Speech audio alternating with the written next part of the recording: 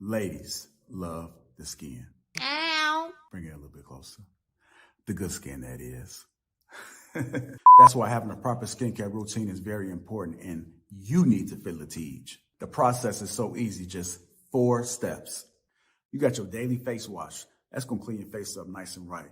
You got your exfoliator scrub. That's going to open up your pores. You got your AM moisturizer with the SPM 20, which is going to protect you from the sun. You also got your PM moisturizer, which is going to make sure your skin is protected throughout the night. Tej has tons of reviews from dedicated customers across the world.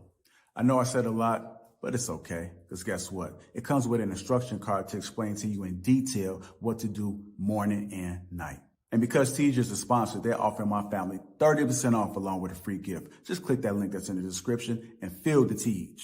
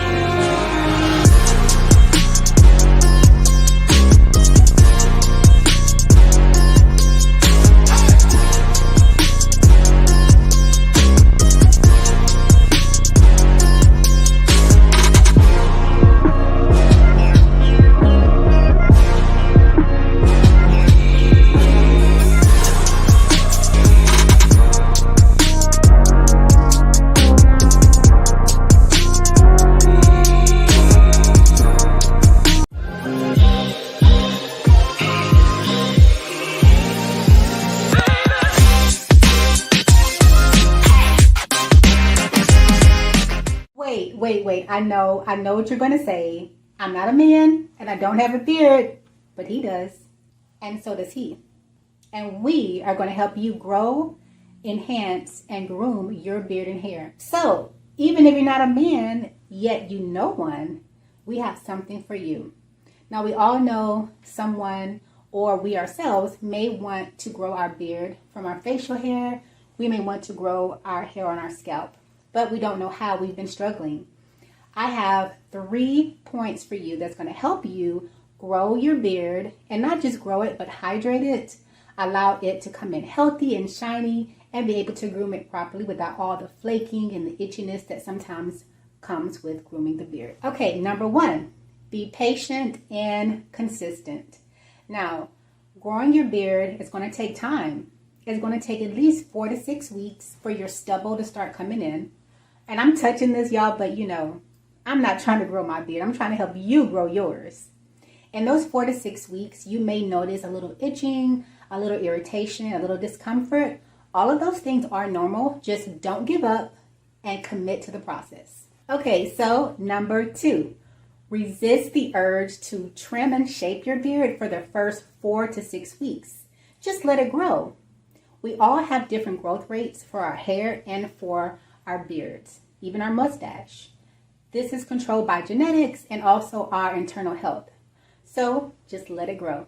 Number 3, don't hesitate to start now using products. Yes, there are products that will help cleanse, hydrate, and groom your beard. When you start now developing an early regimen, this will get you in the routine of skin and hair care, because healthy beards don't just start from the hair coming in, it starts from your skin.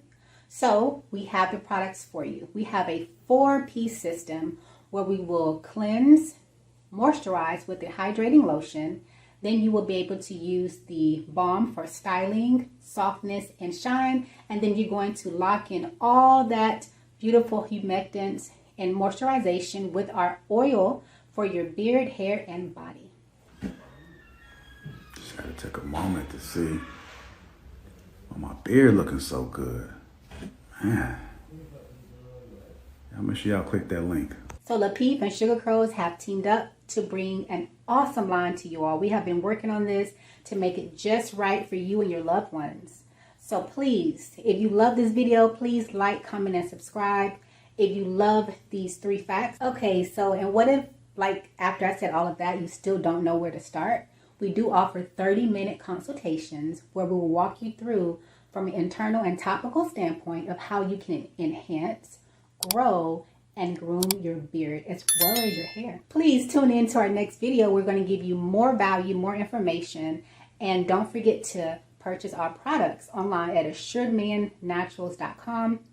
There you can get 15% off when you use code Lapeef15, and we'll see you in the next video.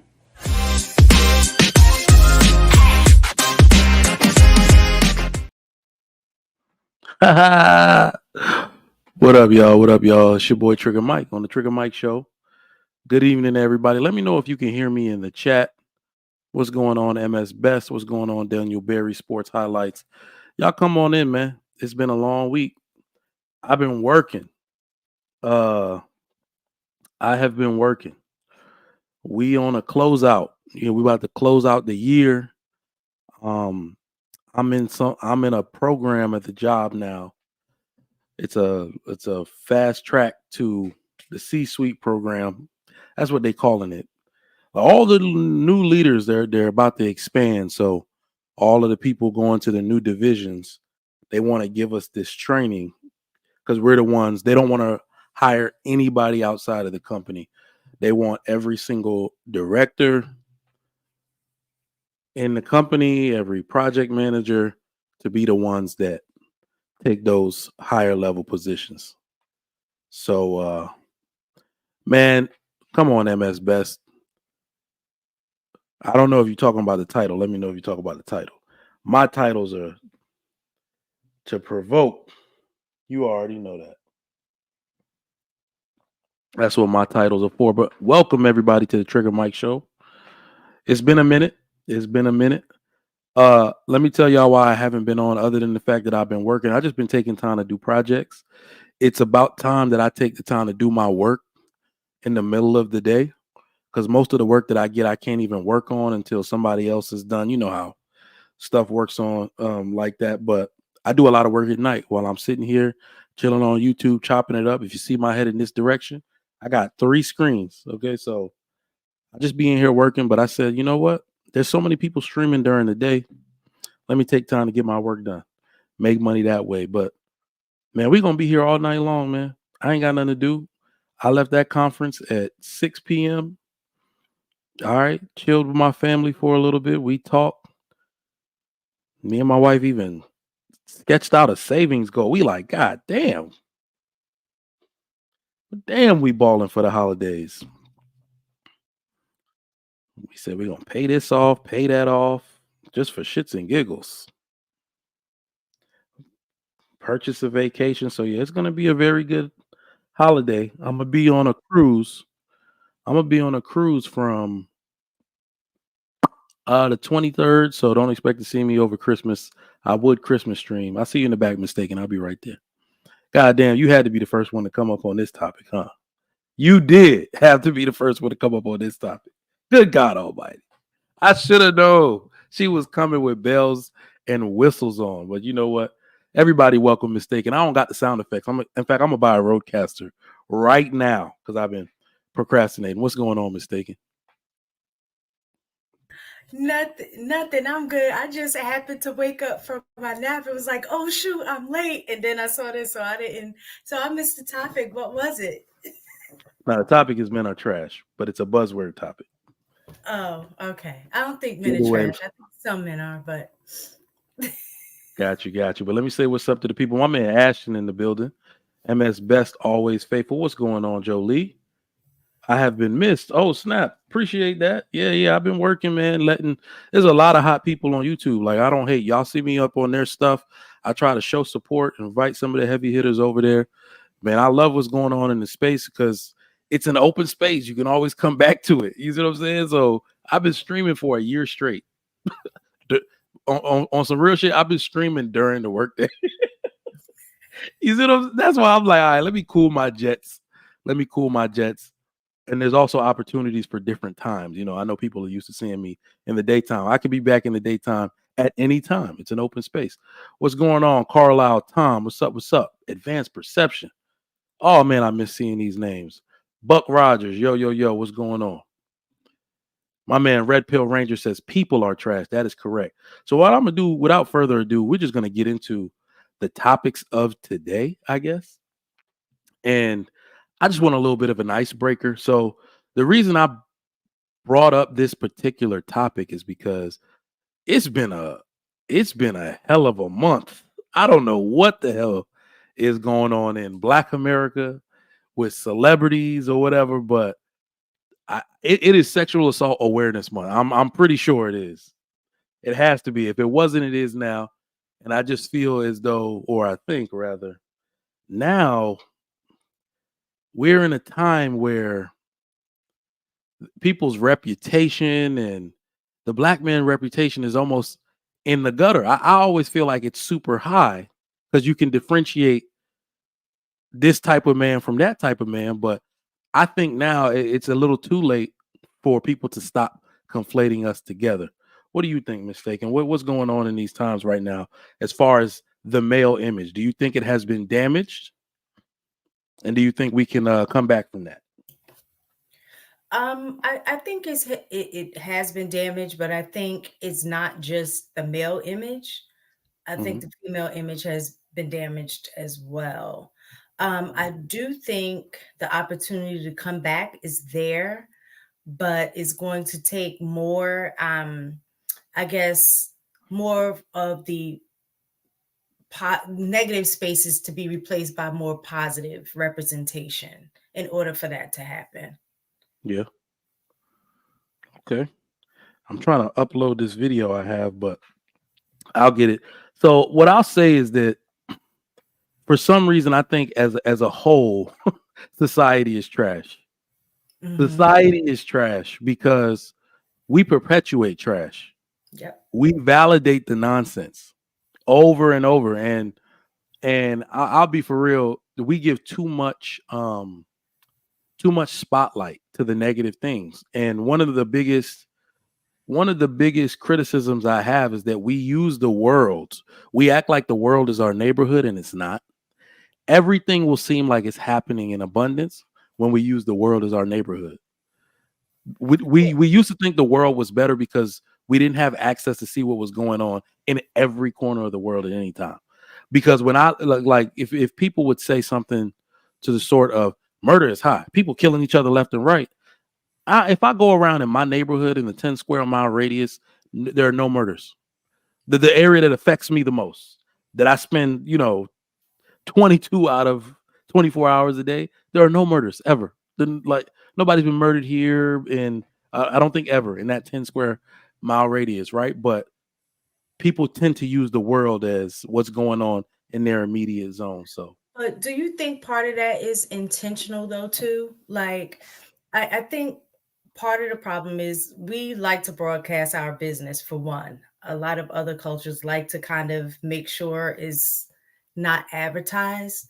But the other thing though too is that I think some of the stuff is intentional in terms of stuff that's shown on social media, or not just social media, even like the news. Like if something happens, it kind of appears that it looks like the representation of African Americans are always negative. yeah, So I think that's part of it as well. nice. Did I get this thing up? I don't even know. Note Valerie, she out here telling us how to pronounce her name. Said, "Let the bashing begin." That is not what happens when Trigger Mike is up. Somebody hit me up in the Lapeef group talk about some. Oh, Trigger Mike out here talking about black women. That's all your show is about. I was like, no, I am offended. I talk about white women too. You better get out of my face. I talk about white women too. Shit. All right, Trigger Mike and mistaken. Well, HD, we're waiting. The Waiting for link is you. in the chat. Waiting for you, Chief. Let me get this going real quick, but I appreciate the super chat, HD. See if this damn video. Look, I've taken such a long break between streaming, I forgot how to stream. I don't know how anything works right now, but it's all good. We're gonna make it do what it do. What's up with Shan? She for those of y'all that don't know, yes, She Critique is supposed to be on, but Shan is a bit of a diva. If she doesn't feel like it, if her chakras are on the line, she turned into Lauryn Hill this evening and said, nope, no thank you. Well, Not the doing other it. part is we're down to the last week of school, so you know how hectic Oh, that gets. Yeah, tired. yeah. That's That's why I said crazy. I just woke up from my nap too. It would have been good to nap. I had a leadership conference. Listen, when they do that feedback, when you do stuff at work and they ask you for like suggestions, it's gonna be brutal. It's like how y'all sit us down for 2 days and they made us sleep in the Mm. hotel. Even the people that lived in Houston, we had to sleep at the hotel. So people were upset with kids like, you telling me I gotta sleep here? Because they got everybody rooms. Like, how you gonna tell me I gotta sleep here? I got kids. You know what I mean? And yeah, they're gonna hear about themselves. They definitely gonna hear about themselves when it's time. You can't sit like these trainings where you sit through them all day, 8 hours. That stuff is not. It's no longer realistic. And half I the didn't. time you cut out after a certain amount of time Three anyway. o'clock. I was a Yeah. zombie. I was a zombie. I didn't retain anything. So hopefully they send notes. I didn't retain a damn thing. Goodness gracious, good God Almighty. All right, I'm gonna drop the link for those of y'all that want to come up. My man Red Pill Ranger said Trigger Mike don't bash, he keeps it real. Thank you. Red Pill Ranger, man, go ahead and cam up so we can get you on the topic tonight. But how you been, mistaken? What's been going on with you? I feel like Um, I haven't been up I'm in a looking minute. forward to next week being the last week. This break is definitely needed, and I got to get the house in order before family comes. For the holidays. So I'll All be right. tired, but I'm excited. Got you. What the hell is going on with my computer? Give me 1 second, y'all. I got to figure out what's going on with the quick share. Family good though? Everybody all right? Yeah. Are Yeah. you hosting Christmas? I'm hosting the movie night. So on Christmas Eve. So we're gonna do usually our family tradition is we'll like roast marshmallow, roast marshmallow. What do you call those? With the marshmallows and the chocolate S'mores? and the s'more. Yeah. We S'mores, do yeah. that s'mores with hot chocolate and like just kind of hang out, watch movies and stuff on Christmas Eve. Yeah. So now that family's coming in from out of town, we're just gonna do a big movie night in my backyard. So Yo, so you just let me know. But my Thanksgiving, it was like the best Thanksgiving I ever had that's great. because it was so simple. Mhm. Like my wife made she made the turkey. That's it. And we bought some fried chicken. So we Mhm. bought the meat. Everybody else brought the sides and dessert. And it was just us, of course, my kids, her sisters, yeah, and her brother and her husband. And then we ate, then we played a game, then everybody went home. And everybody helped her clean. Like it was so Yeah. simple. I was like, damn, that was a dope ass. I Ashton, was come on cam real quick. So I too. know it's you, then I'll let you up. Ours was simple this year too because my sister, she went out of town to go with her husband's side of the family, and my other sister already lives out town. Um, and so it was just my mom here and my dad, and I ended up doing all of the cooking. And I didn't really want turkey, like a full turkey. So I got like turkey parts and Mm. cooked that and did, I always do a beef, a fish, and poultry. Did that, did sides, knocked it out. We ate, packed everything up, gave my dad, because my father don't be cooking. So gave him a bunch of food to take home, and then that was it. Me and my husband just chilled the rest of the night. Everybody was done Hell and out of yeah. the house by like 8 o'clock. Hell yeah. That's what I'm talking. I'm actually looking forward to doing that again. People act like holidays got to be these big, extravagant things, but if you put on a production, Mhm. usually the person that does it doesn't enjoy it at all. Yeah, So that's true. I'm now realizing like, oh, everybody kind of chipped in.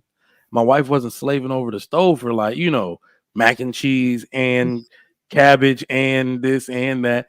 And she said, just making the turkey because she has to, I guess I get it now because she has to wake up super early because the turkey takes so much time. Yeah. I was like, damn. So she just made the turkey. She took a nap in between. I was like, oh, this must be lit. This must be how you like it. So I think we're Mhm. gonna do that from now on. That was really Well, dope. another thing she could do, because what I did is I got started the night before and just put like the beef in the slow cooker. So Mm, that way, by the time I got up in the morning, that was done and out the way. And I just put it on warm for the rest of the day until we had dinner. And then the turkey pieces, and then I had made some salmon. Um, no, I did a codfish, something I tried, some recipe. I ain't really like it. I won't do it again. Um, and then like the macaroni and cheese, that's pretty quick. I did fried cabbage, that's pretty quick. So I did like a lot of quick sides, so I didn't have to spend the entire time in the kitchen. gotcha. That was dope. My man Ashton, what's going on with you? Trying to get it like you, big dog. That's what's up. How was your Do you? Thanksgiving, man? I ain't talked to you in a minute. It was good. I got some Chinese food. Yeah. Oh, that's some ghetto. This dude said, wait, did you at least get the chicken wings, man? Ashton, are you Of single? course. Oh no, Ashton, ma'am. I got a girlfriend. I got a girlfriend, loving girlfriend, she didn't the cook. love of my life. Nah, I ain't wanted to. We You it was lying. like no, for real. It's a tradition. Like in my with my mom, like we watch a Christmas story around this time, and when the turkey fell on the floor, they went to the Chinese place. So that's always been like my little thing since I Oh, moved from Memphis. okay. All right. So I got Ashton here. I was waiting for another dude to come up, and of course, we're gonna let you comment on this. I'm going to all good men should have. All right. So Ashton, I'm gonna ask you a question, bro, because I've been on the sidelines. I've been working, you know what I mean, but I've been watching what's going on in the tabloids, even in the debates, and like what's going on politically. So I want you to do something for me, man. I want you to name 3 characteristics all good men. That's the key word. Name 3 characteristics all good men should have. The reason why I'm asking you that is because I feel like the line is extremely blurred between what a good man is anymore. Everybody's going to claim that they're a good man, or I have a good man, or I am a good man, whatever. But I feel like now it's just an arbitrary term and it doesn't have any definition. And we need to put the definition back into it. You got Jonathan Majors trying to make white women act like Coretta Scott King, allegedly. Like, I don't, but he walking around trying to fix Megan Good hair. You know, I don't know. So I want to hear from y'all. I mean, I think it's really just one important thing, and that's structure. I mean, without structure, what do you have? Mm, mm. Without structure. So I'll completely agree with that. But I want you to elaborate a little more. I want you to elaborate I a mean, little more. So, structure, got it. structure is just it's the foundation. I mean, you could be whatever you want, but if you don't know where you come from, if you don't have a set a default, you know, about yourself, then I don't think you have anything. Like it ain't about the money. It ain't about, you know, what you got, or you know, the materialistic stuff. Me personally, I just think it's all about structure, and that's what a lot of people missing today, or trying to get the men to forget that they got. To be honest, Mm. So the term that I think I often use as the antithesis to structure, I will say that men are too fluid. So I agree. Men are supposed to be black and white. And I get called robotic a lot by a lot of different people, but I think that's how men are supposed to be. I don't think that we're supposed to be shrugging our shoulders at 99% of the things that are brought to us, especially if it concerns our family, you know, our children. We're supposed to be like, hmm this is what I said, deal with it. Like, my dad was like that, and I hated him for it at the time. Now I me too. understand why. I used to get so mad, but when Yeah. you grow up, Trigger, you understand that it was your mama pulling the strings. Your dad was just your dad was just going Nah, along with it. He was the enforcer, the one saying, go ask your daddy, knowing he gonna say hell no. yeah. So how maybe we have different interpretations of what pulling the strings were. Because I'm like, was my dad the instrument and my mom was pulling the string? I don't know how I'd like to characterize it. But I think what it was is that my mom was the facilitator of the ideology that my dad set forth. She's a number one facilitator. Everything dealing with the kids, she's more so in charge of, you know, and he's the main disciplinarian. Anything not But going right. ain't that pulling the strings, Trigger? No, that's why I said if it when some people characterize pulling the strings as the person who's ultimately in charge. So I realize we all have different Okay. descriptions of what, because I'm like, no, my mom was not in charge. My daddy is a strict African man. That he was clearly in charge. But no, you're right. Let me think.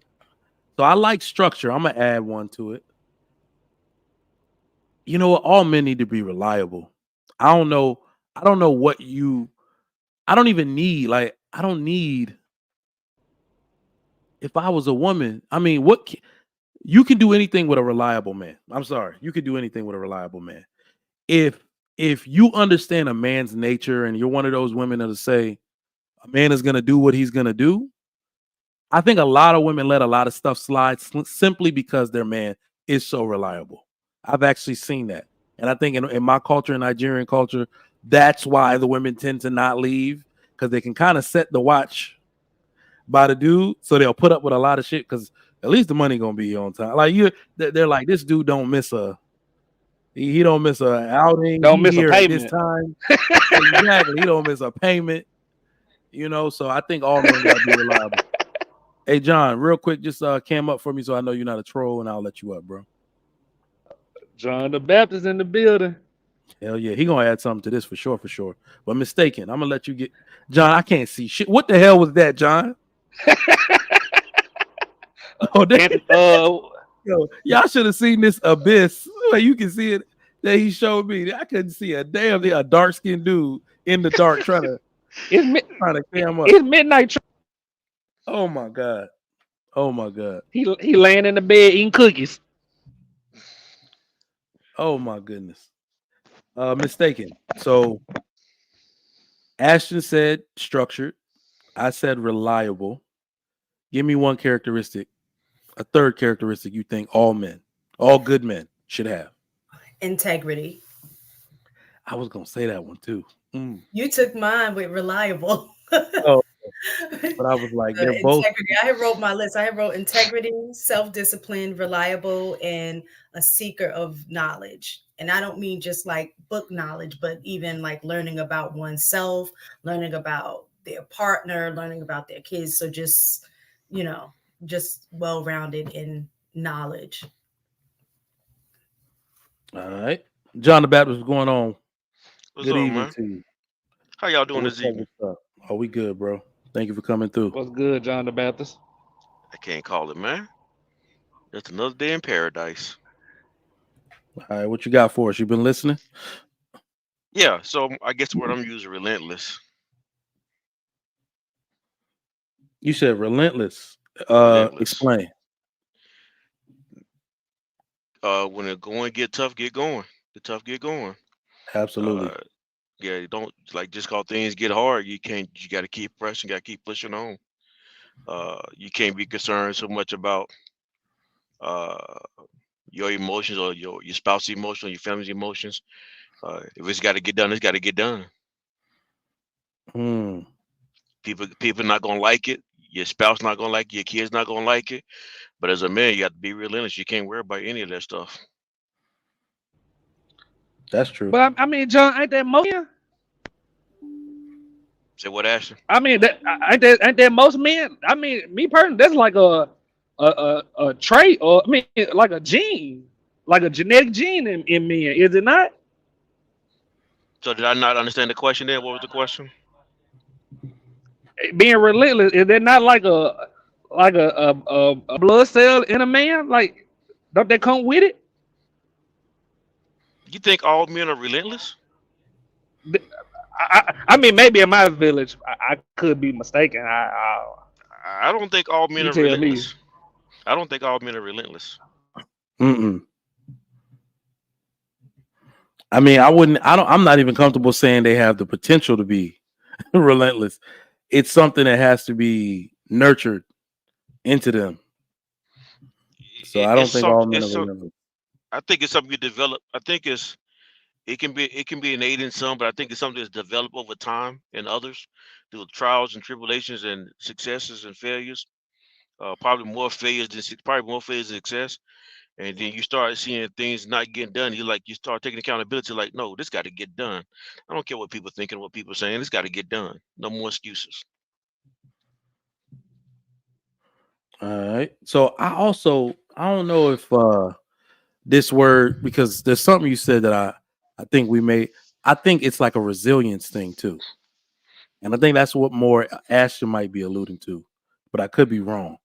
And I wouldn't say all men are resilient, but we have a natural, because I was just talking about this with my wife. She keeps saying she wish she was born a man, like when she's tired and the kids are whooping her ass. And I keep telling her, stop saying that shit. You don't want these problems, right? It's not easy to be a man. Take every bit of attention and care and consideration that you get as a woman and take it all away. Nobody cares what happens to us. Nobody checks on us. You see what I'm saying? If you are somebody who happens to to make it and you function, nobody cares about you now because people are actually going to lean on you for everything. Like I said, I don't think you want these problems, but I think innate in all men, especially for your survival's sake, is a certain type of resilience. Because even after you've been spit on, put down, fired, laid off, whatever, somehow you still got to eat, and you still got to survive. So those that end up doing so do exhibit a certain amount of resilience. What do y'all think? Mistaken, don't no disrespect, but I would love to be a woman. All I got to do is bend over and put the Finding Nemo Yo, DVD in this for my. Then it's clear that you don't have an idea what it is to be a woman, just like a woman don't have any idea what it is to be a man. I love to strain my back, just bending over, putting in DVDs all day, and saying, "Baby shark, do do do do do." I could too. I wish I had that ability to do that as well. I Cut can a couple promise you carrots, though. put them in. You know what? I Cut a couple understand. carrots So up, trigger, and put them in a lunchbox and say, "Have a good day, honey." I would love that job. While So your whole uterus ahead, is go ahead. ripped out because you're on your period and your hormones going crazy. Yeah, That I too. can keep that. Oh, Y'all okay. can keep all of that. I take the periods with an extra Percocet. Y'all can keep Mistaken all of that. as difficult as that may sound, I can promise you it would be worse being a man. Mm. Do you know? I mean, I can't speak Because on what it is to be a man, so I'm not going to even try to. I know that there are some things that I think women have experienced in terms of from I guess an outward appearance of what men do, that women see that and like, well, dang, I do that too. So kind of feeling like there are attributes that women do that men do, that gives us this understanding of feeling like we can do what they do. But I've come to realize that there's just aspects of a man that as a woman you just can't like, I go to work, he go to work, yeah, both of us can work, but there are other aspects of manhood that a woman could never emulate. You just can't. And I think that's the other thing. I think that's part of why we bump heads, is because we are seeing things from our own perspective of what it looks like the other person is or isn't doing, and don't really have a true understanding of what the individual is actually experiencing in their role as a man or as a woman. I hear what you're trying to say, but I will push back on that. I would push back in this way by saying that What up, Billy? What's good? What's most good, Billy? what's What's going good, on, fam? Billy?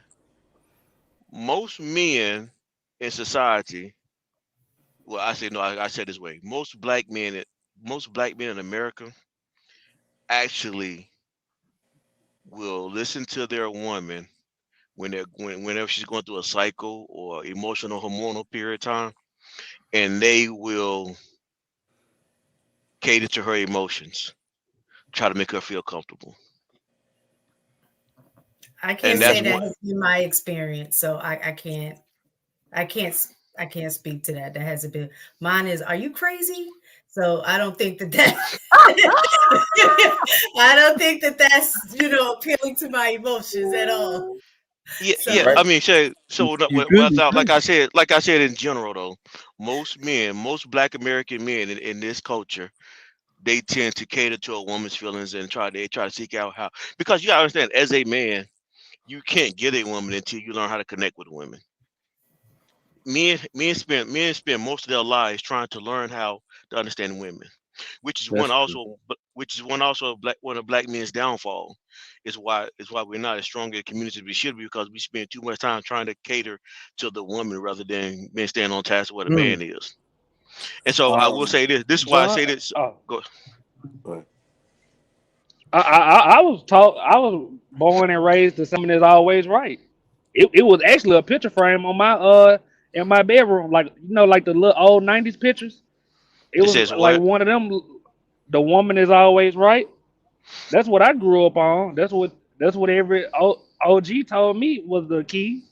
I It wasn't just no think under. that a majority of us grow up in the South or in inner city communities, and that the matriarchy is the basis of our families and our family system, because a lot of men in those systems in the deep south and city urban areas, it's more women than men. It's usually like about 55% women to 45% men, and even more numbers are extreme the further you go south.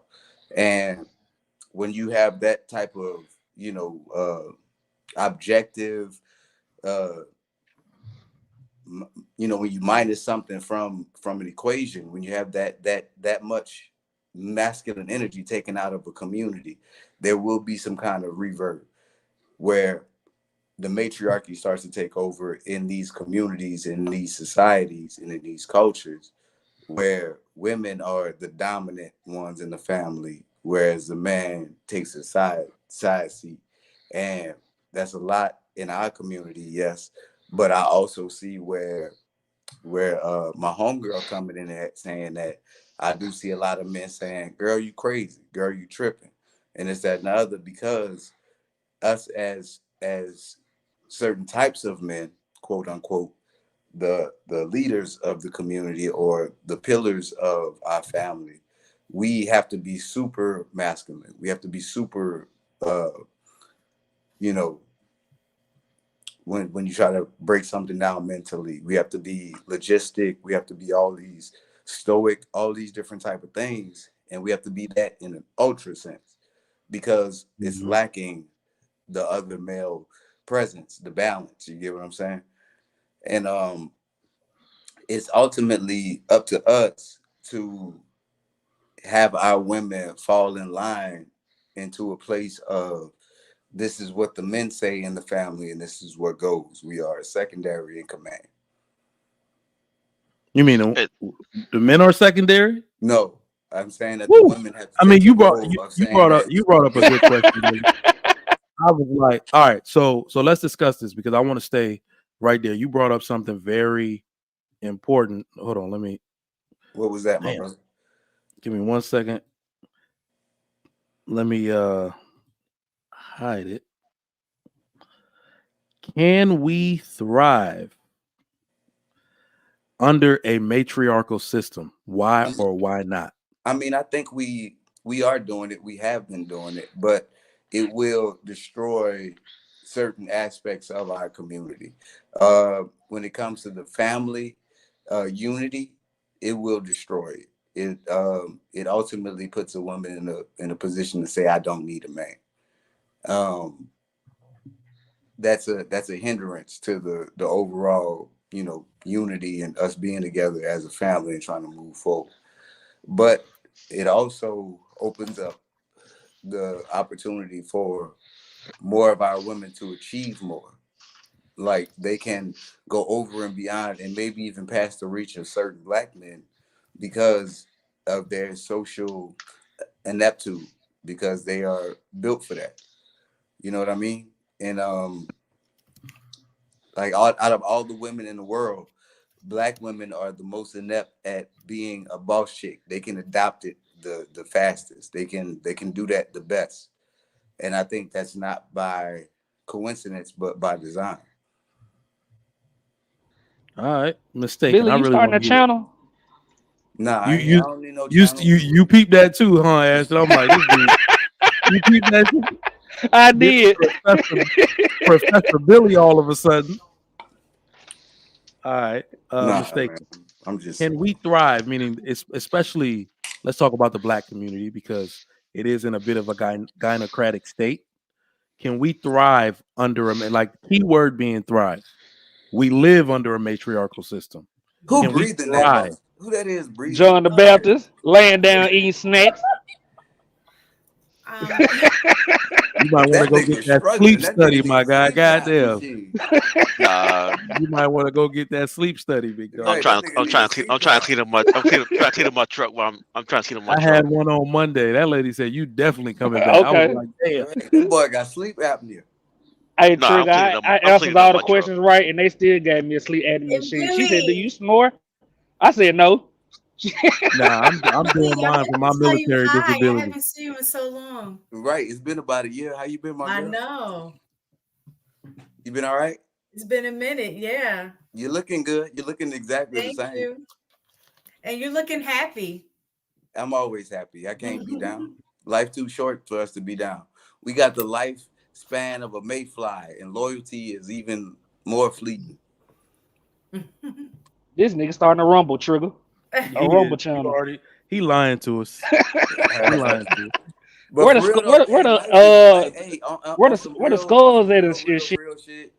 Life is too short to have enemies. I'm not enemies with nobody. I don't have no villains, no fiends, nobody that goes against me is in my life. That like we're not born with enemies. We don't we don't even necessarily deserve enemies. When we in our 20s and our 30s, we think that everybody care about, what we do and what we think. Then when we get in our 40s and 50s, we start to realize we don't give a fuck about what nobody think. And then when we get in our 60s and 70s, we start to realize that nobody gave a fuck about us in the first place. Mm. Billy, He's did you come definitely to the starting to Martin Luther rumble. King Hotel in Memphis? Boy, that girl going to Did you? jail. I think he That went to girl the going Martin to Luther jail. King Hotel. That dude took a trip to Mecca. He is enlightened now. All right. But to answer your question though, Trigger Mm-hmm. Mike, I think right now what we're doing is under women, like since we are majority in terms of raising families, Yep. that we're surviving and not thriving. And Okay. there's a difference between surviving. I think basic needs that you have to have maybe being met for the most part, but I think there's a level of growth that can only occur with a man playing his position as well. I think us working together, we can thrive. But as long as if only the man is doing it or only the woman is doing it, I think we'll only be surviving. But it's not until we can come together and understand that partnership and the roles that each of us play in our own families, within a community, just emotionally with each other and spiritually, that we'll never get to a point where we're thriving. But the thing We'll is have with that, the little thing is pockets. that go along with that. Look, I'm gonna say this. The thing Hold that on, go Billy. along with that, I Let it agree work with what you're around, Billy. saying. What you say? I'm sorry, say it again. Go ahead. Go ahead. I said that I agree with what you're saying, but to go along with that, society is making monetary value be the key value system in a lot of relationships. And in successful relationships, it's about responsibility and loyalty. You get what I'm saying? Like you don't necessarily like say like a man who works at a restaurant as a cook and he only makes like $13-14 an hour. That does not negate him from his role as a man in that household. But in today's society, let it be said that this man ain't shit, that he don't deserve no coochie. He don't deserve to be submissive, like submission. And all of these things are detrimental to our society. It's a cancer to our society. It's not how we should be thinking or how we should be reacting to relationships when we've always struggled as a people, but we've always succeeded as a family. Well, that's what I said. We have to be in partnership with each other in order for us to thrive. Right. In Like you order said, for it to I flourish. That's what I agree, said. I agree with. but being in partnership is kind of like what you were saying in terms of understanding what is important. I think that's the other thing that we do got it twisted. I agree that we put fight money over everything. Right. Even I would say even in good families, sometimes the focus becomes get this good job, go to school so you can have these things, as opposed to the focus being so you can be better for your family. Like we always are putting things outside of ourselves that we make important and things that we should strive for, as opposed to striving for the things that's going to build a better community, like teaching them to be good citizens, teaching them to have good character. You know, we don't Right. focus on that. We focus on the outer appearance, the Right.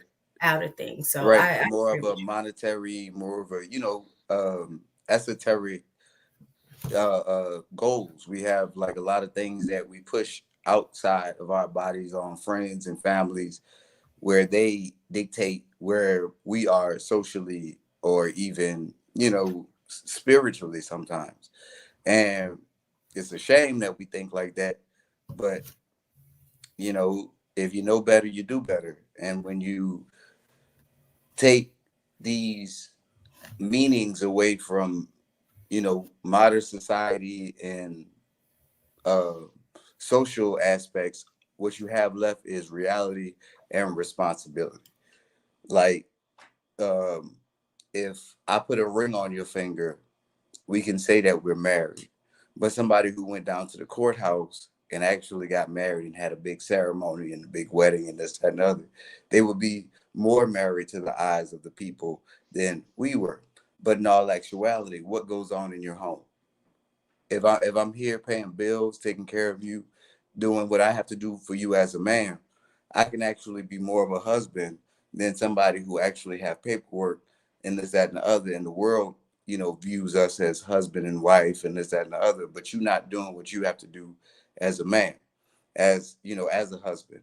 And there's so many instances of that, like I see, where it's a marriage and things start to change and then fall apart because of outside influences that kept them together when they shouldn't have even been together in the beginning. You get what I'm saying? People that stay together because friends want them to be together, family wants them to be together, they have kids together, they have such and such. But in the all reality of things, what keeps you together is business. If me and this woman have a business together, this will keep us together more than a marriage. But in all actuality, that's what it's supposed to be, right? They always say that marriage is a business, but it's a business partnership. If we actually have a business partnership together, it's a whole lot harder to separate than if we were just together for, other reasons besides that. I mean, I know they're saying what or whatever, but do y'all get what I'm saying? That Do you get what I'm eggnog, saying? tearing Billy ass up.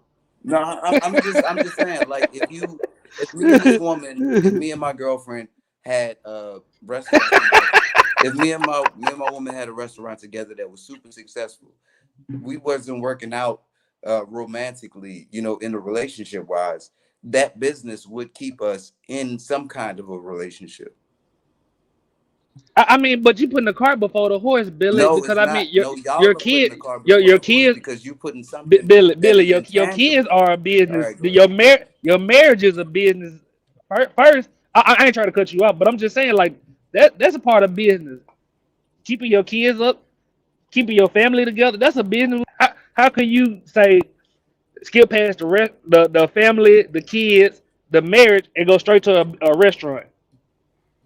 I'm not. The entire All right. the entire house is a business, brother. No, no. What's What the I'm saying question? What's is, the I'm I using question? was about the to I think say, we business done. as an I John. think. I example. think we done. I think we No, done what I'm left. saying. Go ahead. Hold I on. think Yeah, we yeah. left the Let me conversation. get this back. John, you want to answer the matriarchal question, Yeah, cause I or you forgot want what me the to move question on? was, bro. This is crazy. No, What's no. the Let me question? move on. I got a video. Let me move on. What's the question? I was gonna. Okay. Uh, Billy, hi. let me move on to the next one. So, You high, bitch. just in case y'all are not watching the screen, go ahead and watch the screen. So the question was. But So I the still answer love you, Hold my is. on, brother. John. You're Hold gonna on. go Hold on. first on this next one. This question All is right. gonna be real simple after the Funky video. Victor. So, everybody in the chat that's not currently focused on the screen, I need you to focus on the screen real quick, unless you're driving. All right.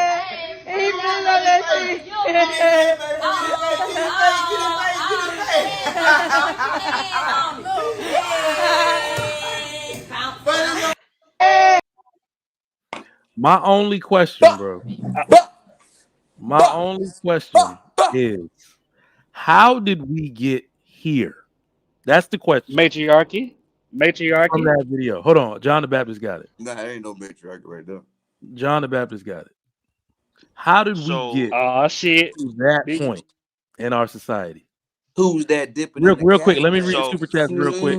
Billy, My Billy, man, Billy, come down, my Billy. man HD said he's not gonna be here. He got a performance tomorrow. My man Advanced Perception $2 said, Yada said you not a man if you 50-50 with your girl. Yada can kiss my ass. All right. John the Baptist, you got it. So woman twerks on a baby while it sounded like a man in the background cheering it on. And I guess there was a mom there too. And that woman wasn't even the mom. So how did we get to this place as a society where people feel comfortable putting that shit on cam and on Instagram like it's funny? So I'm answering both questions at the same time. Uh, we cannot thrive in a matriarchy, and we cannot survive in a matriarchy. We actually in a matriarchy you fail every single time. And the past 60 years have proven to us that we failed in a matriarchy. Because what tends to happen in a matriarchy, the longer you stay up under the leadership of a woman, you're making her do something that she can't naturally do, which is naturally lead men. You can't raise men and you cannot lead men or women. And so what's Have you, happening? So you asked, so how when you get to this video, how do we get to this video? Do we see a mom twerking on her son, or when you see these videos when you see moms twerking at high schools, at their kids' high school, which is so embarrassing. What happens is you have so many years of women teaching their daughters to go to school and get a degree, teaching their sons to worship women, and you get this imbalance of after so many years, decades of doing this, you get this imbalance that you actually see now. can I And so look? Go ahead, hold go on, ahead. Billy. I'm sorry, my bad. And so you get this imbalance that you're actually seeing now. Moms twerking in high schools, moms twerking on their sons. You get this influx of AB alphabet community. So to answer this question, I'll finish landing the plane right here. You cannot thrive. You cannot survive. You will only fail under a matriarchy. It's not an insult. It's only how God. It's only because God created it to be a patriarchy, and it has to move that way. Just to piggyback off what you said, John. I'm afraid. So I'm not capping when I say I don't encounter this type of behavior at all in my ranks and anywhere near me. I'm afraid of my reaction if I catch that shit being done to my son. Like I don't ever even want to. If it happened, I don't want to see it, and you better not tell me Where are you about it. from, Trigger Mike? I can Well, tell you, man. I'm asking you Go ahead. what region of America do you live in? I'm in Houston right now, Houston area. Okay, look. Let me give you a little history lesson real quick. I Oh, I have been agreeing with y'all with most of the points in us moving forward and this, that, and other, but I find this is simply just entertainment. I don't think too deeply into this. I think that our women have been doing stuff like this for millennia. Um, that's just a part of our culture. Black women shake their ass. That's just what they do. And unfortunately, y'all, looking at a little baby boy sitting there. But if I was that little baby boy, I'd be like, hey, what I'm saying? So I don't see nothing wrong with it as far as that. But let me give you a little history lesson on the matriarchy part about what he was saying, that it won't ever work. Although there's downfalls to it, because there's downfalls to both sides. There's a place called Santo Domingo. And before Nat Turner and other black people fought for their freedom, there was an island in the Caribbean where black people fought for theirs. There's a group called the Original Maroon 5. Do you know about those people? Anybody? No? I heard of the Z Fighters. No. I'm talking about actual black people who led a revolution in Jamaica to get their freedom. The Maroon people of Jamaica. Oh no. Well, do a little bit of history on those five generals, and also do a little bit of history on Saint Domingue, now known as Haiti, but formerly known as Saint Domingue. Also the DR, the Dominican Republic, where we got our freedom first, and who led us to that freedom. You'll be surprised to find that there were a few female head revolutionaries in this. And although Black men are very dominant physically, our women for years, beyond us coming to this country in America, have been political strategists, have been, war engineers and stuff like that. Our women are great thinkers. And actually they are very socially aware to know that they have power to be, like I said earlier about these boss chicks and this, that, and the other. It makes sense because they are strategically like that. But if we don't work together, like my sister said, if we don't work together and work with each other's strengths, we'll ultimately fail. Both sides will ultimately fail. All right. Actually, I disagree with that. So if you let's just take away reproducing, right? Let's just say we're not reproducing. We just separate both sexes as it is right now. Let's just say you take away the female sex. Let's How? actually no. Let me say. What? Hold on. What? Hold on. Hold That hold on. sounds Hold on. stupid. No, let's Hold not. on. Hold on. Hold on 1 second. Billy, just calm down for a second, Billy. Let's say the past 60 years was inversed. It was more men and fathers at home than it was mothers. The way men are structured, men could handle doing double duties more than a woman could. And the reason why that is because men are better at organizing and being disciplined and being firm on average in general than females. Men are That's not built to true. men. I'm just saying. I'm just gonna, like you gave feedback for me. I'm just gonna say that it's scientifically proven that women are better multitaskers than men. You're talking about multitasking, but we're not talking about the same thing. I said men are better. Go ahead. Men are somebody else Men are trying to get better in. what? Men are better what? Men are Wait, better. Go ahead. Go ahead, Trigger. I'm sorry. No, What is that women? word that What you're is going to women say. multi? I'm sorry. What is women being better multitaskers have to do with what That's what I he was trying said? to get him to see. I'm Doesn't. saying that raising children and taking care of a home is a multitask function. So, You have to be doing so many things at there one is. time.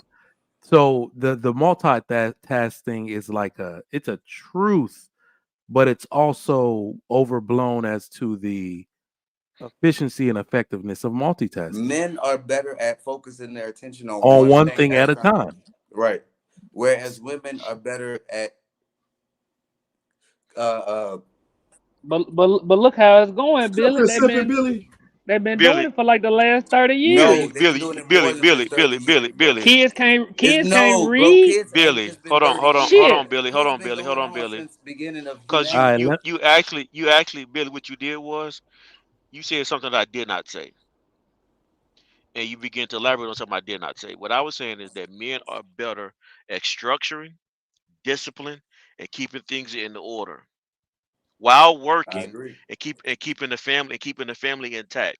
I If you agree. look at the if you look at the stats, if you look at modern day stats, the men who actually raise kids alone, they do better than single parent mothers. Matter of fact, they say So men that are goes along with what I was saying, what he was saying about you go back and you Hey, replace let him the finish, man. matriarchy years all right. ago, Before y'all keep going, let me get these that super we would chats. be in a better place. All right, we're gonna keep going. Let me get these super Just chats by real quick. y'all's, My dope man, to dope Man stuff. Williams with the $2 says that was ruthless, baby mama. Oh no. Oh no. You know what? That's baby mama Ruthless a behavior, so I pimp. believe it. Man again with the $2. Billy, get your auntie under control. This is sad. Man, $2. John the Baptist need to baptize her again. My man, the Red Pill Ranger says, Billy said he don't see anything wrong. Excuse me. Bless you. Billy Bless you. said that was the Bless you. devil coming out. Billy said he It's hot doesn't as see hell anything outside. wrong with it, but what if a man was doing the helicopter in front of a little girl? Adults would never sexualize kids. Damn, you flip it. Hold on. Oh yeah, When when did you I flip ever it say that? I around. was cool with Hold that. up. When you flip it around and it's a dude doing something sexual in the front of a little girl's face, you would have a problem? Yes. Oh, okay. Okay. Yes. All right. Either Man Williams with the $2 says, mistaken. What do you think? Billy High again. Trigger Mike, read my super chat. I read your super chats and I appreciate those super chats. Keep them coming in. I'm gonna do a $5 jail assignment. So if anybody talking stupid, send that $5 super chat. They get a 2-minute timeout. I'm about All to right. leave. So the moment you implement that, I am out of here. And Trigger, how I you want to go ahead and sneezing? It's give hot as my hell in goodbyes Houston. right No, now. it's hot. Like It I was came cool in the house chilling with today. Like y'all. what? I love y'all. It was cool chilling with y'all. I love y'all. I'm gonna see y'all next Nah, time. Billy, stick around. Stick around. Nobody gonna kick you, man. Chill out. They Chill will. out. $5. Chill out. That's more than that's bro. You got me on clearance. Nobody go kick. You got me on clearance. Talking about nobody gonna kick I you want out. to start off Boy, small. I'm like Man. Hanes t-shirts on clearance. Boy, I'm out of there. 2 minutes, man. Nobody's gonna kick you out. But John the Baptist, Okay, you got 2 the minutes, floor, yeah. man. But that third, And then we're gonna get the ruthless. I'm a Let Ruthless motherfucking go. shrimp Let in a let bass let pond. Ruthless go. All right, Big ruthless. ruthless. You saw the video. I mean, that was your baby mama after Man, all. looking like Damn, corrupt. Billy, calm down. When I met I was you looking at it in my last phone. night, baby. I'm sorry, I'm done. All right, don't do that again. Ruthless said he don't see So- shit funny. This is the further indictment. This is for indictment on women as a whole. I'm not saying all, if it don't apply, let it fucking fly. This is an indictment though, that women not under a man's covering, or proper man's covering, is malfunctioning at all levels, right? Sexual liberation has got these women out here only fanning, stripping, hoeing on Figueroa, twerking in front of their children. They think because this is the freedom, Mr. Man have made a grave mistake of giving these women this type of freedom, because now they're out of whack. So, and I'll say there are some women who are classy. I'm not, like I said, they also, but let's be real. Megan Thee Stallion, etc. I keep going on a long list. Cardi B, right? All this is, these women are promoting the sexualization of themselves, and then they call us men not leaders, right? Because they say we have tendencies to do things like have multiple women, or we are not misogynistic, whatever, all those things, right? But then they make a fool of themselves on these type of situations to make them look like they're not capable, in my opinion, of being the pillar of the community. I think honestly, women should be. Every woman ain't a good mother. They need to, before the courts give that child, or she needs to be evaluated and watched to make sure that she is capable. Right, that's one. Two, I think that also the court should stop just awarding this behavior. Right, these women need to be put back in the cage. At the end of Damn, that's a 2-minute break for you. You said So- back in the cage. Goddamn. So let me say Go this. ahead. Let me say this. The society should be a patriarchy. What I also recognize throughout my lifetime is that every man is not a leader. And this panel has showed this tonight. Some people. John, I'd rather have Billy over some of these women.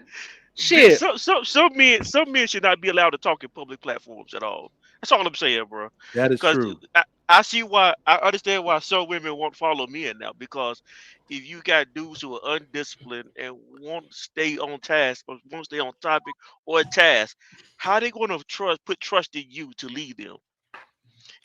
For a man to be a leader taken seriously, he don't have to be the greatest man, but can you stay on task and can you stay disciplined? Mm. John, I'll be I'd rather quiet. take Billy than some of these women out here. These kids can't read at all. No. What I'm gonna tell you, cause like a man, I, I, Ashton. John, they know every Sexy Red Hold song. on, They know Hold every on, City Ashton. Girl song. I Ashton. take Billy over women. I'm gonna tell you why. I'm gonna tell you why I disagree with your statement right there. Because even a man who is undisciplined is just as bad as a woman who's undisciplined. It's actually Mm-hmm. Yeah, worse. you're right. It's It's even worse. worse. It's It's worse. worse It's worse. because women are not expected to go to war and fight to protect the country or protect society. Men are. So if you have an undisciplined man, Damn. 2-minute break for you. You back in 2 minutes, 11:18. Damn, How you All right. guys either doing? man got paid. The man says, John the Baptist. I Oh have shit. baptized anybody. Have not baptized anybody since Jesus. He needed a 2-minute break too. God damn, eat a man. All right, let me get these Either other man. chats out the way.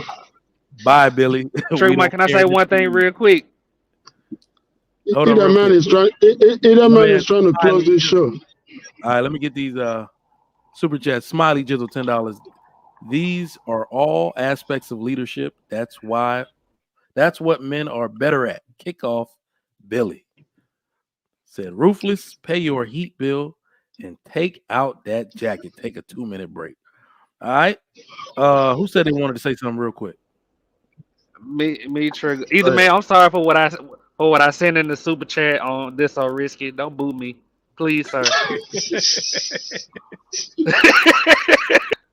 I get. Trigger. I don't I know if you seen it the other day, but he was talking about why men don't approach. And I said the super chat that he married the Chung Lee. Rip him a new one, ladies. They tried their best, boy. Oh, I was on the panel when you did that. That was foul. Nah, either man definitely coming back with a I'm vengeance sorry, for either you. man. In 2 minutes, he coming back. I'm with a sorry. vengeance for you. All right, Ikene, what's going on, good brother? Man, it's been a while. Trigger Mark, where did you go? Man, working. That's what's up, man. Yeah, I've been listening to you guys. I've been laughing about the 50-50 thing. I gotta say this real quick, right? If I have to take a 50, woman 50. out, I'm like, that's yeah, another you show. guys. Yeah, Oh, okay, I my was gonna bad. say No, you finna blow it. no, You finna watch blow this Eat a Black, podcast ain't up. it? You finna blow no, this no, podcast up with the Tapped 50-50 the wrong thing. stream. I'm like, what no, the hell were you watching? no, no, no. Hey, he You finna that blow was this. like about no. You guys said something about it about 20 minutes ago. Maybe that's why you guys Yeah. don't pass it. Yeah, Trigger, he finna but blow this Nah, you podcast watch up. Eat. He finna blow this going podcast back to up. going back to what Billy was saying, right? I don't know what Billy was thinking, but it's a problem in the community because if men don't understand the roles of men, and men don't understand that men are actually far more better in raising kids, in disciplining kids, in taking care of household than women, that's a problem. And this might be as a result of somebody that has never had an experience of what a father can do in a house. Women are very multitasking, yes, but very chaotic because the multitasking means that they can do a whole lot of crazy things at the same time. You feel me? Nah, E-Man don't feel you. He said, that African don't know me. Keep my name out your mouth. Birdman. God dang. You'll be back at 11:22. My man coming through. This your first time on the Trigger Mike show, bro? Me? MIT, South Florida. Nah, I've been on podcasts with you before. Oh, that's what's up. That's what's up, man. Good to have you. It's been a minute though. Had to have been. Yeah. I was on KR. I was on KR in the last guy. What's his name? The DJ. I think he's from the DJ DC. Hemp. Yeah, him. Yeah. I was on there He's with streaming you. heavy. He's streaming heavy. Yeah, he's streaming heavy now. Show all them Sometimes, a lot of time, I don't say that. I just be listening a lot of times, unless it's something like I need to say. So, but I've been on a show with you a couple of times. Yeah. Please let me All right, what you got on the topic? Did you see right now? We still on the topic. Did you see the video? Hold on, I still got. No, I didn't see the video. I just. Hold on. All right. So I'll let you see the video. Then I'm gonna ask the question. Okay. All right, hold on, I gotta start it over, I think. There we go. Bro.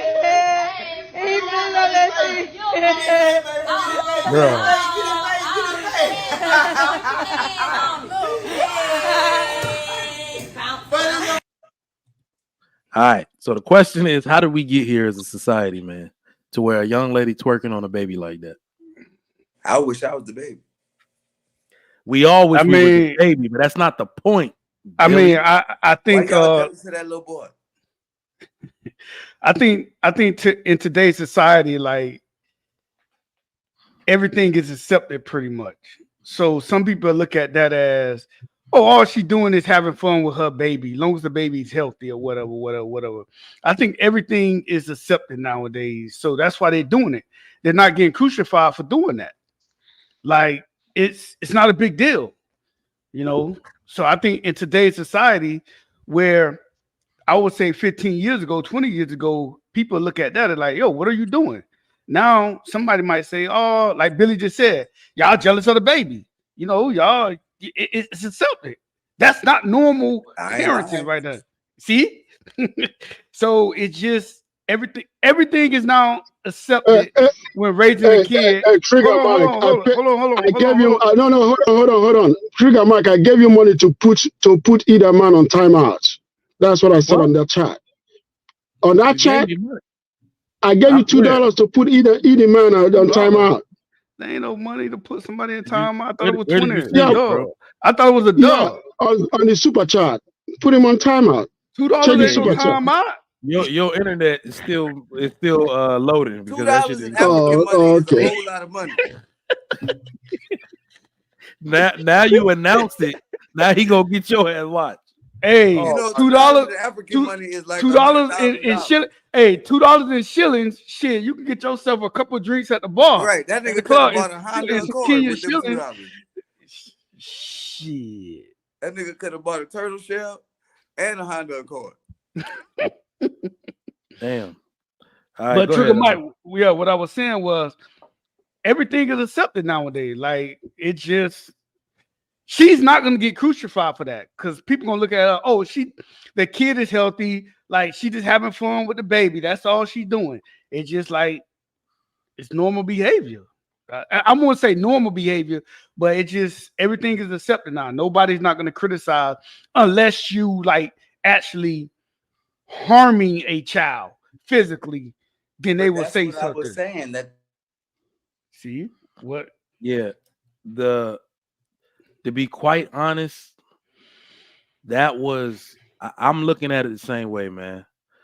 The same way we're going to say that we would beat a man down in the street for doing some kind of wild act in front of a little girl's face like that.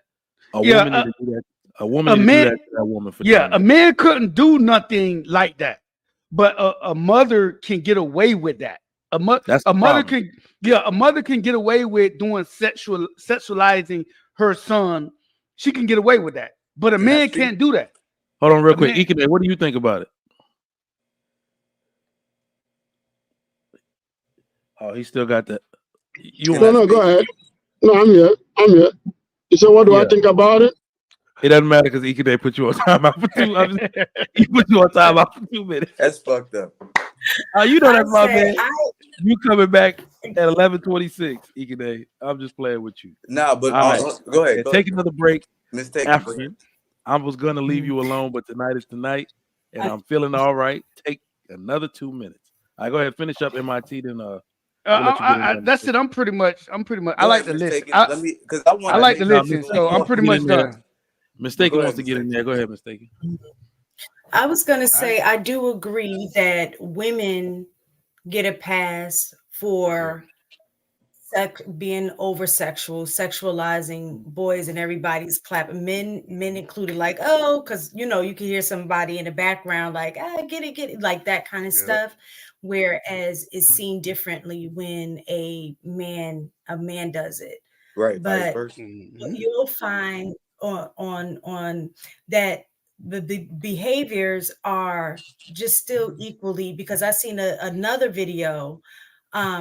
I would just say is deplorable behavior that comes from women and men. And you're going to notice that I'm going to say both all the time, because I think we get in this cycle of saying women are all the blame, and then a women get in the cycle of saying men are all the blame, when the truth of the matter is that both of us are to blame for where we are. Because I just saw Preach. a video not too long ago where it was nothing but men at a boy's birthday party, and a little boy looked like he was maybe turning 3 or 4, and it was like a gang banging strippers there. theme. No, it was like a Yeah, gang yeah, banging yeah. We theme. saw that. Yeah, we saw that. That's crazy. Yeah, and they Yeah, had that's the crazy. guns Yeah. and all of that kind of stuff. Nah, I don't So to agree me, with that. I don't to mess me, with that. that Let her Billy, finish. can Let you her give me finish, Billy. Yeah, let her finish. so to me, I think that is just as bad as the twerking. So women are over sexualized, and I think men are perceived as being violent. So we are doing these things that are reinforcing these negative stereotypes of our people when those are the minority, but they're I presented don't as the majority. And then we I get don't on here and we talk about how, excuse me, and then we get on here and we talk about how bad Black women are, or how bad Black men are. When you look at the vast majority, most Black men are not incarcerated. They're working, adults and citizens, Right. and women. I mean, even though majority of a Black woman household is being led by women, when you look at the stats, most Black men are productive members of society. So obviously Preach. most But Black they may not people get are, paid as much. but That's a most, whole so nother obviously, that's a whole nother topic, Right, Billy. right. But let me Yeah, go but back what I'm on saying what that was. let her finish. Let her is finish. in, Right, right. I'm Then gonna let her go land. ahead. in Yeah. regards to that, it just statistically, that means most single-led households for Black women, the men are being raised correctly, because most Right. of them are not ending up in jail. Most of And the Okay, them are reason, right. not Fair the state. way that we Okay. present. Now, I'm not saying that that's the best scenario, is to have a single-led household by women, because the stats also show that children in general do best in right. a healthy functioning two-parent household. So that's the aim. But we keep pointing the fingers about you ain't doing right. No, you ain't doing Right. right. It's your fault. Y'all trying to lead, society's effed up. Oh, well, y'all should have been leading. Y'all left us here. Like, we pointing the fingers, and now we just need to Mistaken. figure out what the resolution I is to get Yeah, fix hold on. that I want to ask Mistaken a question real for quick. both Please of us hold to okay, on. get in okay, the house. okay, okay, Give me a okay, second. okay, Just give me a okay, second to okay, look. Billy, you've Give been me a talking second. for so long. Let me talk, man. Let No, And let Let him. let the somebody else talk. the You've been African want to talking for talk. so long. Let him go. Let Let him go. somebody else talk. I'm changing. I'm Yeah, changing. I'll let him go. mistaken. The one thing that I want us to understand in this life is this, right? We cannot be saying Black men, Black women. We need to narrow this stuff. We need to narrow and hold those that are responsible for this craziness. Because what happens is this: whenever we say Black men, Black women, the degenerates hide behind Black men, Black women. We have messed up people. Like I've always said all the time, I've always said this: fucked up parents have fucked up kids. Not necessarily, but for the most No, part, yeah. fucked up parents raise fucked up kids. I don't know how you Definitely, do. necessarily. Yeah, Not No. yeah, necessarily. Not We're not. but you guys, let me finish. Go ahead. You guys are gonna have your turn, and then you can Right. dispute We it. letting you finish. Because Please. the reason why I say fucked up parents have fucked up kids doesn't mean that when a I like your hair child, mistaken. thank you, sir. When a child is raised by a fucked up So parents mistaken. doesn't mean the child is exhibiting fucked upness by the way they talk, the way they walk, but the child is mentally messed up. You see what I'm Wait, saying? hold up, These hold up, kids, hold up, hold up. Ikene, did you just yeah, create a word called fucked upness? Did I just hear that shit? yes, yes, sir.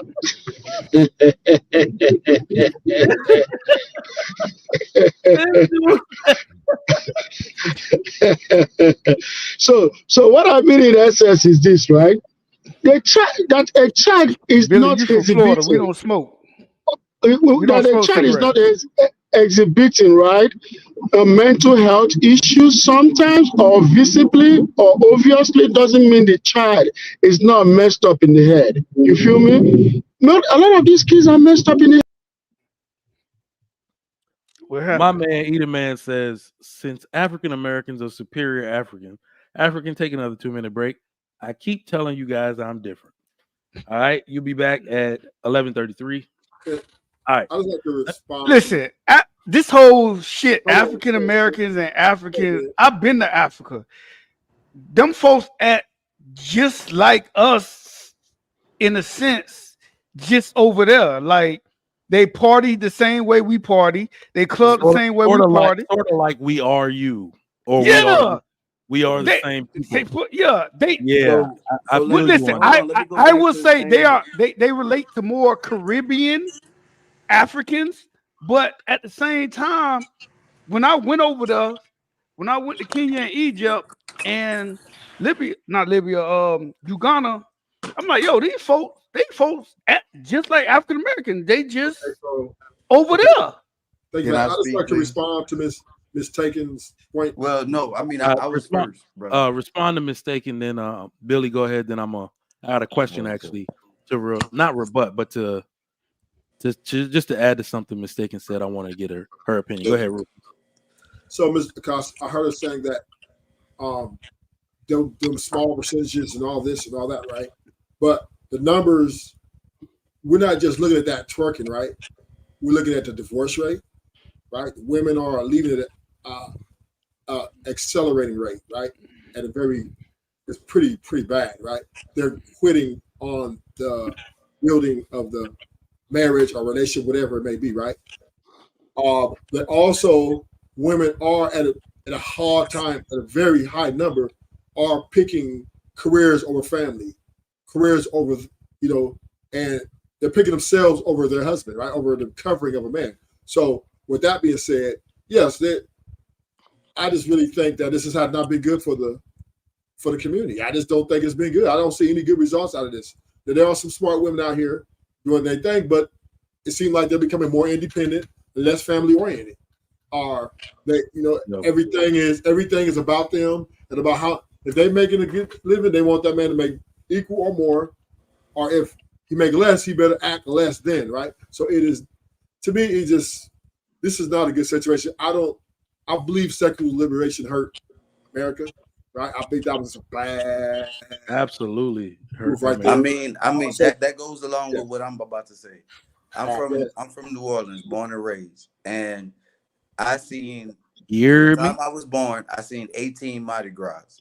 And during that time, I seen all sorts of women showing all kinds of body parts. By the time I Yeah. was 12 years old, I had seen just about everything. And my mom couldn't control that. She couldn't control what I saw, what I intook because of the environment in the city that we was in. And Girls Gone Wild at that time had a stranglehold on New Orleans. And during that time, I noticed that it wasn't just black women, it was white women as well, willing to do the same, kind of things. And it's not about I want to say like the sexual aspect of it or the fun behind it. It's actually about how you were actually raised, because this is just a moment in this baby's life.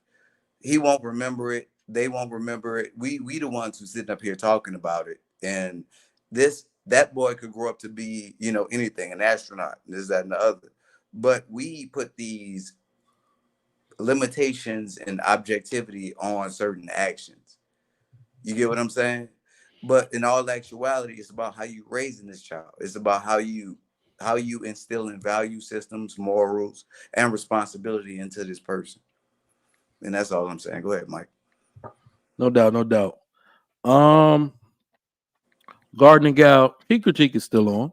Shannon just took a break tonight. She was tired. She Critique still on. Check for it every Friday night. All right. Edaman Williams says, $2. TGS, you could play Ruthless Baby Mama one more time. Y'all funny. So there's a saying that, and I'm paraphrasing, I don't think I'm going to get it right, that a society can only rise as high as the moral compass of its women. What does that mean? Mistaken. Because I'm trying to. Okay. Um, it has a lot to do with, I think, as a society, because women are the ones that are rearing the children, when our moral compasses are not where they need to be, we're reflecting, like how I say, a lack of integrity, a lack of just, I think, basic characteristics that should be passed on from generation to generation. And so Moral when we're fortitude. yeah, so when we as women are lacking moral character, we pass that on to our children, since we're the ones that's typically rearing them. got you. That makes sense. I So agree. I even thought about it. I said, damn. So our society can only rise as high as the morality of its women. So definitely the children aspect, I thought about immediately. Y'all are the one rearing the children. Y'all are closest to them, especially when they're young. Y'all are their first teachers. So society itself will be corrupt and immoral if the women are immoral and corrupt. But then I started, somebody was like, does that mean women are in charge? And I think that if men are doing what they're supposed to do, I think about it like this. Like, just imagine the olden days where most of the women were housewives and most of the men were factory workers. You can be doing every single thing you need to do as a man, going to work, taking care of your family. But if your wife, you have no idea what the hell these women doing at home, and they are not following the doctrine either led by religion or the way you want your children raised, they can damage society behind the scenes while the men are at work. But You that see what goes I'm saying? along with the balance. What say you? So I believe that when it Because comes men could to also, because the man, if you put that, if that's the scenario, the man yeah, could also have adverse, uh, reaction to the family as well, yeah. So but with I look at it drinking, different now abuse, and all kinds of other things like that. because I think men in general, like the old school fathers and grandfathers and men in the community, they were shamed for being too restrictive of the girls in their family. And that's what led to sexual liberation because that's who you had to get rid of. You had to get rid of the fathers standing in the way. And that decree, like, nah, our girls are 100% our agree. girls are not gonna go out unchaperoned and all that type of stuff. You had to shame that and get rid of that so girls could have freedom. But now I have new respect for those men that used to enforce that. But Not that Mr. they needed to restrict all access, but it's like you need to pay special attention and take special care of the girls and women in your community because people are seeking to corrupt them. But but isn't Mr. that the Trick, same thing now? What say you? but Mr. Trigger Mike, but that it goes back to what's acceptable and what's not acceptable. Back then, bullshit wasn't acceptable. If you wasn't married and had kids, if you had a baby out of wedlock back in the days, you were shamed for it. Yep. You were that wasn't if you wasn't married and the wife wasn't at home working and the wife was if the wife wasn't at home doing wifely things or she wanted to work, she was shamed for it. Not saying it was right, but we But had today, structure. We had structure in our community back in the day. but You today it's the couldn't. same thing though. No, it's not. Like the girl. Whereas, look, look, I say it like this. I would Hold say, on, hold Billy on. the Look, Kid. you say it's not, but I say it like this. Hold That on, Billy the Kid. hold on. I'm I'm gonna let you gonna respond. tell Hold you. on. Hey, Billy, let MIT finish. Go ahead, MIT. I'm sorry. My Like bad. for example, the girl twerking. She ain't finna be shamed for that shit. She finna get a bunch of likes on social media for that. We're It's shaming her gonna now. hold on. It's gonna be some comments in that comment that's gonna say, "Oh, y'all too strict. Y'all no fun." It's gonna be comments in there. She's not the reason why women are doing that and men, like Miss Taken said, because it's both. The reason why people are doing bullshit on social media because they're not getting shamed for it. They're getting likes. It's people out there defending bullshit. Back in the day, what Trigger Mike said, if you was out of the ordinary, not married, kids out of wedlock, if your kids are doing bullshit in the community used to check that shit. Everybody used to check that shit. It was a shame. It was a It shame. was shame. It's not, nothing is a shame no more in our community. Unless you Bullshit. And that's why I actually, say bullshit, hold on, though. unless you actually harming a child physically. Harming, Now, when Can I I say respond to that? physically. Can I say something to that? And I Yes, agree go with you 100%. But the large part of that is because women have been given so many rights. I mean, we can go into that. We can. And so therefore, if you was ashamed of, other men would come to their rescue, right? And other women would come against you as well. Like, what do you do talking to that girl like that? So yes, shaming is right. A woman can damn near get away with murder. And I mean, I'm gonna go with Miss. I'm gonna go with mistaken. It's not just the women. It's some men doing some fuck shit too. Smith, let me finish. But men, this is what I would say. Men are more. Hold on, let him finish. I'm in the middle of my sentence. All right, hold on. Let him finish. Let him finish. All I'm saying is, us men have to take some part in this blame, right? Right, because a lot of these men are simping for these women, for these behaviors. A lot of fathers, let's go back to the home, are telling their daughters, "You're the prize. You better not marry no guy who's broke. No time to build. He better have it or go to college, right? I don't want my daughter this and this and that, and they're double talking on this world, right? They're saying 1 minute, yeah, you women need to be submissive to this, but in the next minute they're telling their daughters, you better don't broke dude. He better be this, he better be that. So we have a of people sending these women all these messages, right? And all they do is conflate their egos. And with their egos, they're saying, you know what? I got money. I got power, and I'm equal to my partner because we got the new partnership thing, right? And this is how they're moving. So until we get our house in order as men, right, and start like being more, not sympathetic to their behaviors and be a little bit more objective towards them, then it's pretty much a wrap. All right. Simp equals sympathetic. That's cold. Damn. All right. Go ahead. Who got a rebuttal? But again, I like you putting the blame on the women. No, I said the men, right? I said that disclaimer. We have to hold some accountability in our simping, right? Or overprotecting these women when they're wrong. This is why women. This is why women is bad in the workplace, right? Everybody working on eggshells because a woman, you can tell, oh, you look beautiful today, and she ran, oh, thank you, and then run right to the manager. I feel weird. I felt a little disrespected. Have you in office, right? You get to write up. They might hear you out 2 days. So this is once again, men. We're giving the power of feminism is coming from men. Bottom line. So basically, our community. When I say our community, the people of color, black people, just black people in general, it's ass backwards. It's boudazzle. It's all fucked up. That's what you're saying, basically. I think the whole fucking America's ass backwards. But black because if you look at other if you look at other communities, if you look at other communities, you look at other races in America, they follow a code. What I'm saying is, with the black community, we don't have no code. It's all over the place. We do. It's called the G code. Let me answer your question. So this is the thing, right? The thing about our black women is they've chosen the government, right? And there are also, you understand, us black people are under different circumstances than every race in this country. That wasn't my question. Civil rights. So what I'm saying is, I'm asking your question. So what I'm saying is, you said that is ass back, or our culture is ass back. Not culture, community.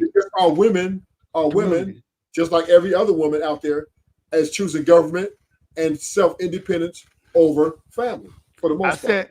I said community. I don't want to. When I say community, our community, because anytime any other nationality of color, Africans, Caribbeans, come in our community, within 2 years they lose their whole culture and get caught up in our culture, and they become ass backwards.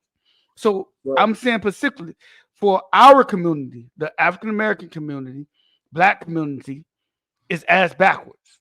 Because Actually if you not. look, because if you look at other cultures, the small They're bad too. hats, the other cultures, they on a they have a structure plan. They have a code that they follow in their family. That Yeah. hey, I mean, there's no way we can deny what MIT is saying. Everything is ass backwards, and the worst part about it is that if the men don't get it in line, it's only going to get worse until So this group of people die off. But do you Because think? Hold on, Mike. What you say? I agree with what you're saying, and I agree with MIT. But what I'm saying is that uh, it's not our blueprint. I say that we're following redneck blueprint. no, what blueprint? What blueprint is what that? blueprint is Though? that? Yeah, talk to me. I'm saying that black folks have adopted white folks' blueprint. What blueprint? Well, Yeah, explain talk what to that me. blueprint is. I'm saying Talk that to me. we are a self we're all about self. We're all about uh not building our communities, doing for self, moving out far as we can from our people and making it how we deem fit in our lives. Billy, I And have to then disagree with you because we in the judge 50s and other 60s and black 70s, people on the it fact wasn't that like they that. stay. Hold on, I'm not done though. Okay, go ahead. Talk to me. And then we judge other black people on the fact that they stick around and they sit in the hood and they are they subjugate themselves to the abuse, to the the oppression and all these things while we get out, while we make a better way for ourselves, or we figured out a way similar to a white family or a white person, and we've done what they do rather than our own thing, which is different from the plans that you were just talking about. There's the structure that's in place. Like, we don't follow that plan. We are some of the originators of that plan, but we don't do it here in America. In the Caribbean and in certain places in the world, our people do that, but us as Americans, Black Americans, we don't have a sense of camaraderie, solidarity, or unity. But Mr. Billy, it wasn't always like that because I But do promise you you in the agree or 50s, disagree? it wasn't. So I'm I just do asking think a Now, that question. Do you okay, agree or okay. disagree? Now, if you want to say now, yes, but it wasn't when you said redneck, it wasn't always like that because I can promise you You see back how in the rednecks act? You see I, how you rednecks cut used to me act? off, Billy, Like, but I'm saying that's in how the we act in the inner cities now. Like how black people now act in you the inner cities is okay how now if rednecks you used you to say act now back in the day. How ain't okay nobody from around here. We don't take too kindly to strangers, and we very okay particular about who we let in our circles. okay if you want to say that We are not now, conducive to change. We respond with violence and all these. This is redneck culture that we've adopted. but okay we adopted, but before that, what I'm saying is it wasn't always like this. I promise you that. like what do you mean by that, MIT? Because if you go in the 50s, 60s, and the 70s, the Black community had two-parent households. Because The we were wife was at home. The wife was at home. The man was working. because we were fighting. We were fighting Right, a but that don't take away from what I was just saying. They had redneck black people in that time as well, and still doing the things that what I I was just agree, Billy, talking but I'm about, saying, where they but were leaving the urban areas and the rural areas and moving in with white and people, thinking to that was Billy, better. and agree, after what Billy Billy, said, I agree with you, Billy. MIT, But And that was if all you, if during the that time that you speak of. yeah, but Billy, for the most part, we can ask all the people on this panel that have African American background or Caribbean So background. no, I'm Hold asking, on, do hold you on. think that black people adopted Yes, that blueprint, or yes, do you think that black folks yes. adopted the blueprint of somebody like a Marcus Garvey or like a No, they adopted some wickedness in our right? so community. It Yes, was called I it was agree. called I it was agree. called the Yes. red that, All right, and we still Okay. doing it All right. now. all right. Let me get control of this real quick so we can move on to the next one. I don't even know what the context of this next video is, so let me play it and then I'm gonna ask y'all some questions. Man have to make to be with you? $1 million.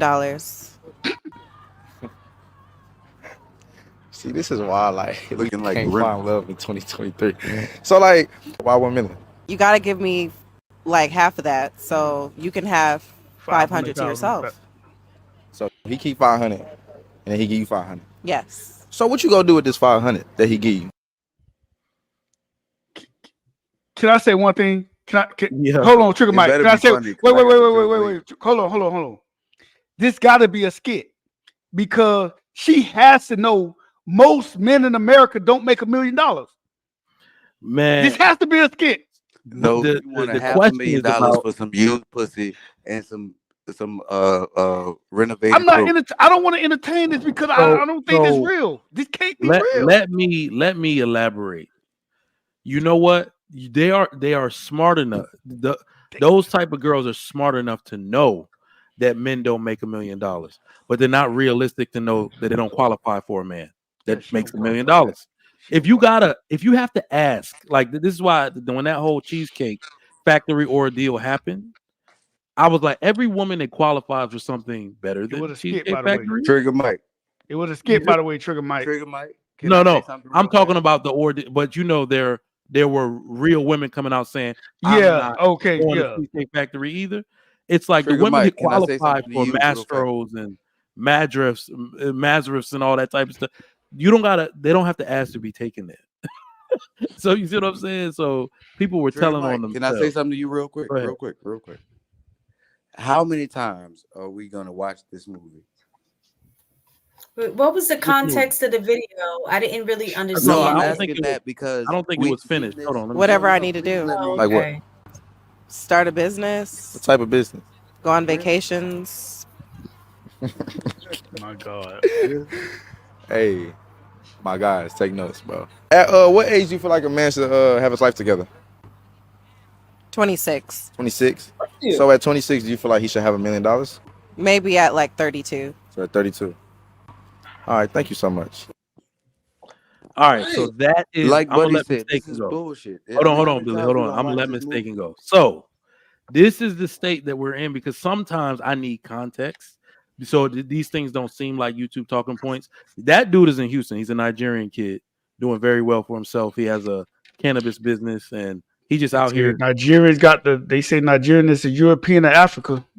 Hey, we're not even gonna get on that. Hey, when I was over there, they're like, "Oh, you Nigerian? Nah, that's European or African." So I just learned something new when I was over there. Yeah, I got money. Yeah. So they I got would better say that's places not a than out skit. there. He goes around asking a lot of the OF models and stuff. You know, Houston is kind of becoming like a new mecca for this whole trash culture. I'm gonna be honest with you. I want to stop, but It's always been he an said entertainment culture. a man has to make $1 million to be with her, and he has to be accomplished by 26 years of age. Is any of that realistic? And how did we get here as a society? Mistaken, you got the floor. Absolutely not. Is not realistic. Period. And we got here because of social media. Bingo. What has happened is social media, especially for this generation, has pushed forward a false narrative of what the real world is like. And because of that, women and men are both living in a delusional state about who they qualify for, and what comes along with that. And I would definitely say mostly women, but the reason I say mostly women are delusional is because men provide the opportunity for them to be delusional. No, I Because say it's because Let her finish, women Billy. talk Let her about finish, it. Billy. Let her finish, Billy. Why you want to reason I interject right in the middle of a sentence, man? Go ahead, the Miss Taylor. reason I say that is because men who are in that, what we would call like that high value in terms of monetary gain, will allow themselves to have access or to these women who normally would not have had access to them. So if I'm a woman and I'm really a 5 or a 4 and I'm dealing with a high value man, even if it's just sex, what you have done is given me the opportunity to believe that I can now access other men that's in this bracket. Now that is my range.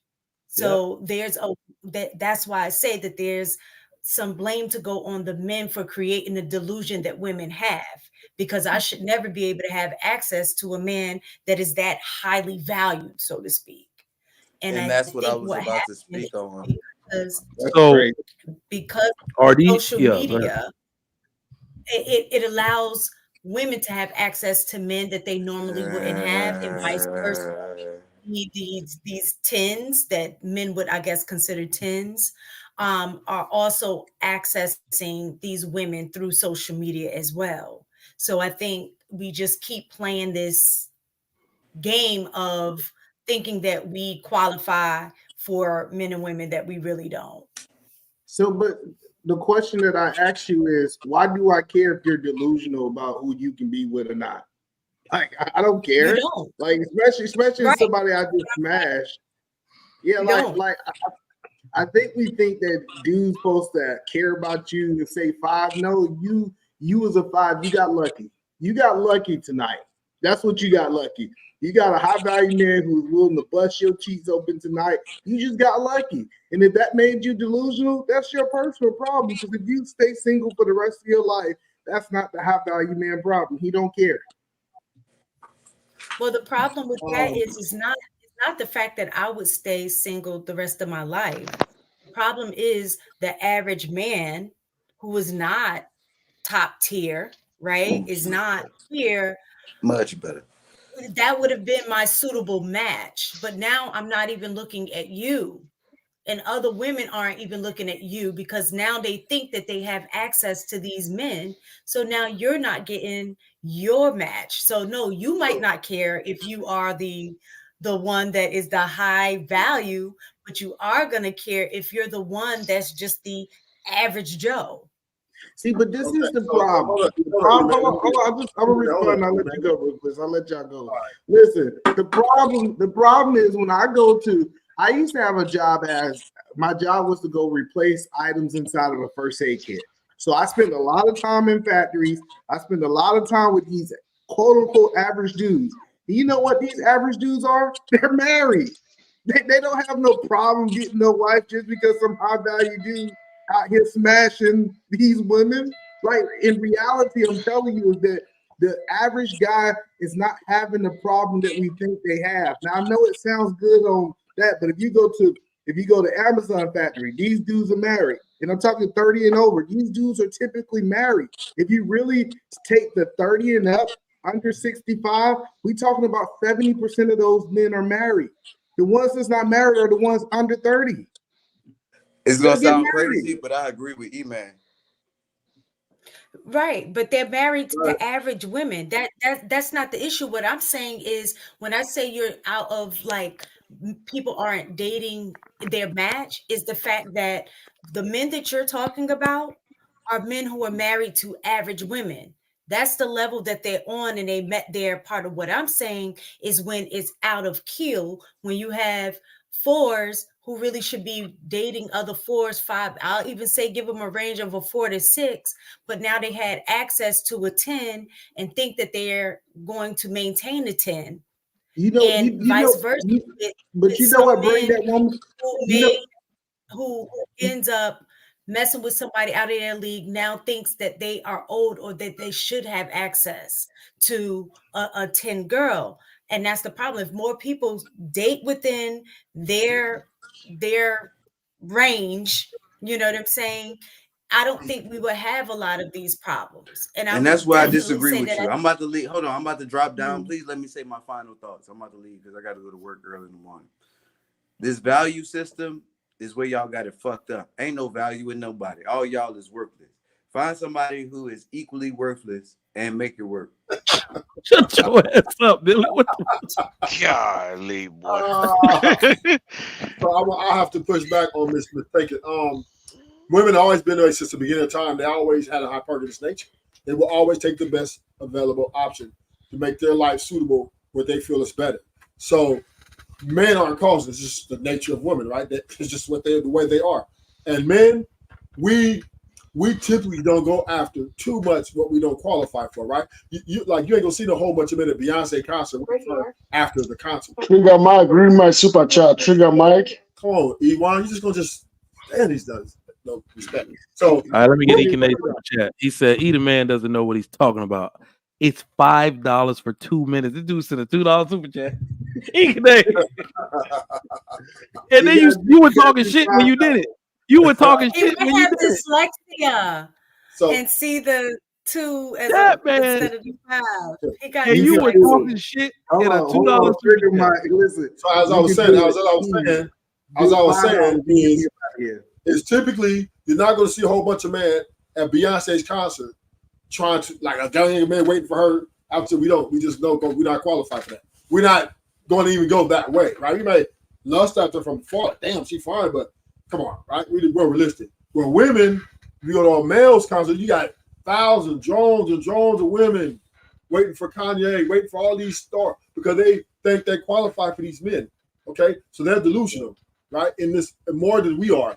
We're pretty much realistic. We're going to get where we're at. But women, they're going to go for the shoot for the stars because in their minds, because of the attention that they get, they feel that they're better than the actual value which they really are. Yeah. And this is why women have to be held accountable for their own actions. You know, this is what they have to do. They have to stand up on their own 2 feet. They want equality. They want to be equal to man and all this stuff. Then they have to hold responsibility. Y'all just ain't like that. And y'all need to calm down. So I'll say this to I think Mistaken's point. So that group of men that are smashing all the women that are super high value. In fact, let's stop using the term high value because all of these men don't even have high value characteristics.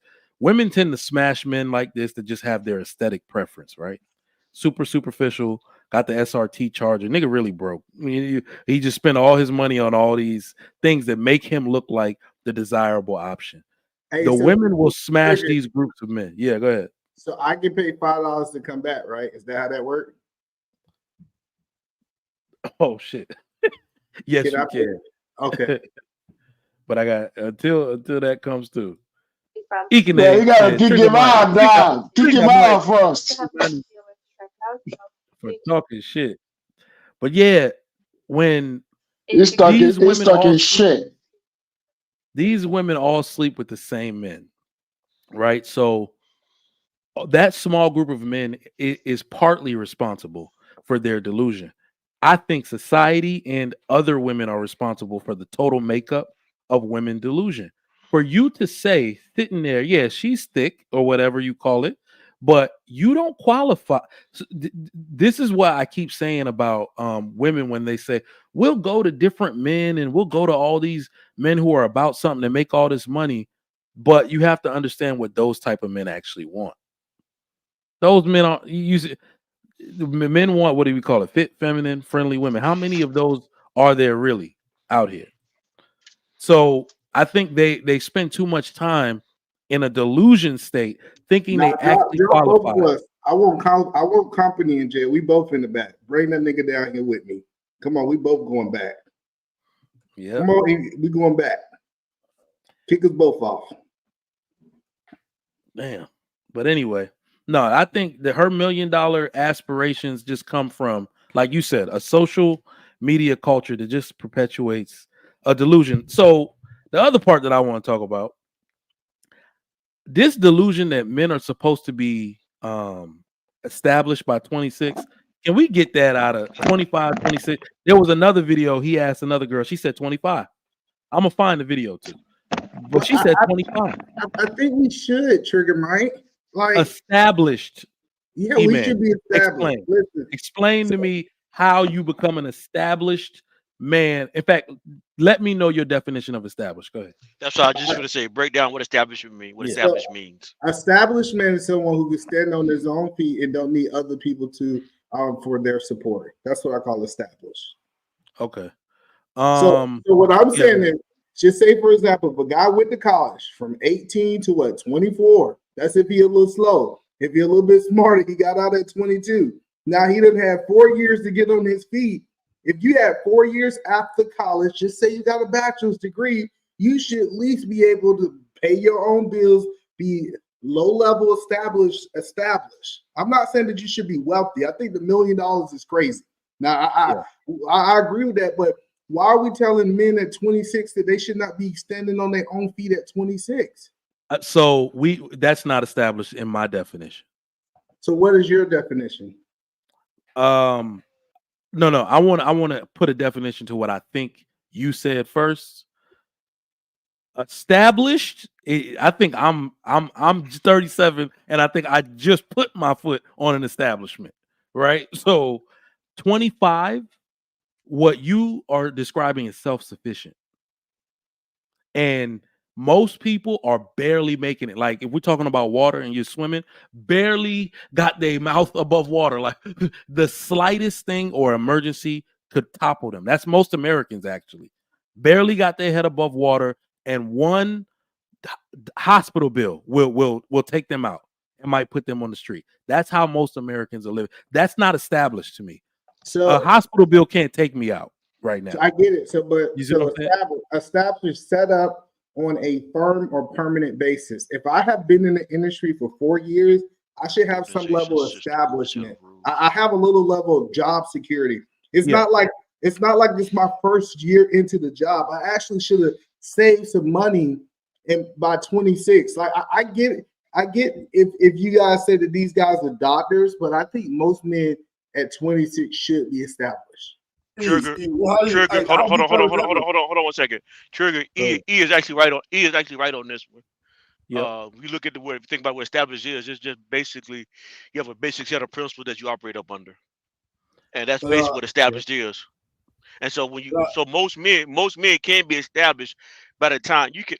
It's kind of hard, but this is the only thing I would disagree though. This is the only thing I struggle with though in this conversation. Talk about it being established, being a young man being established. In order to understand those basic principle set of rules, unless you got it from your father, if you don't have a father raise you to teach you what the basic principle standards of life, then you have to go out and learn them and create them for yourself. So how realistic is it to think that a man can figure this out from the time he's 18 to 22 and even to 26? Man, let me give you the reality. So not only am I saying self-sufficient, and I think you should have a plan. I think that's the term that we use, a plan to be established. Let's look at it logistically. Your car insurance is still super high because before you're 25, if you bought a car at 21 and you plan on keeping it for 10, 15 years, like you bought a 4Runner, something that just lasts that long, you still paying on that motherfucker at 24 years. Like that is literally some of the most expensive parts of your life.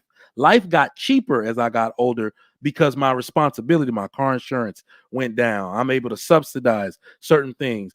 Me and my wife put bills together. So you can start to cut expenses as you get older, as you share things because you're married, so on and so forth. But as an individual, life at that 20-something age is extremely expensive, even if you're responsible. What you're talking about is you're talking about financial stability. Yeah, that I would agree with you on that. But if you're talking about being established, which I think you're not talking about though.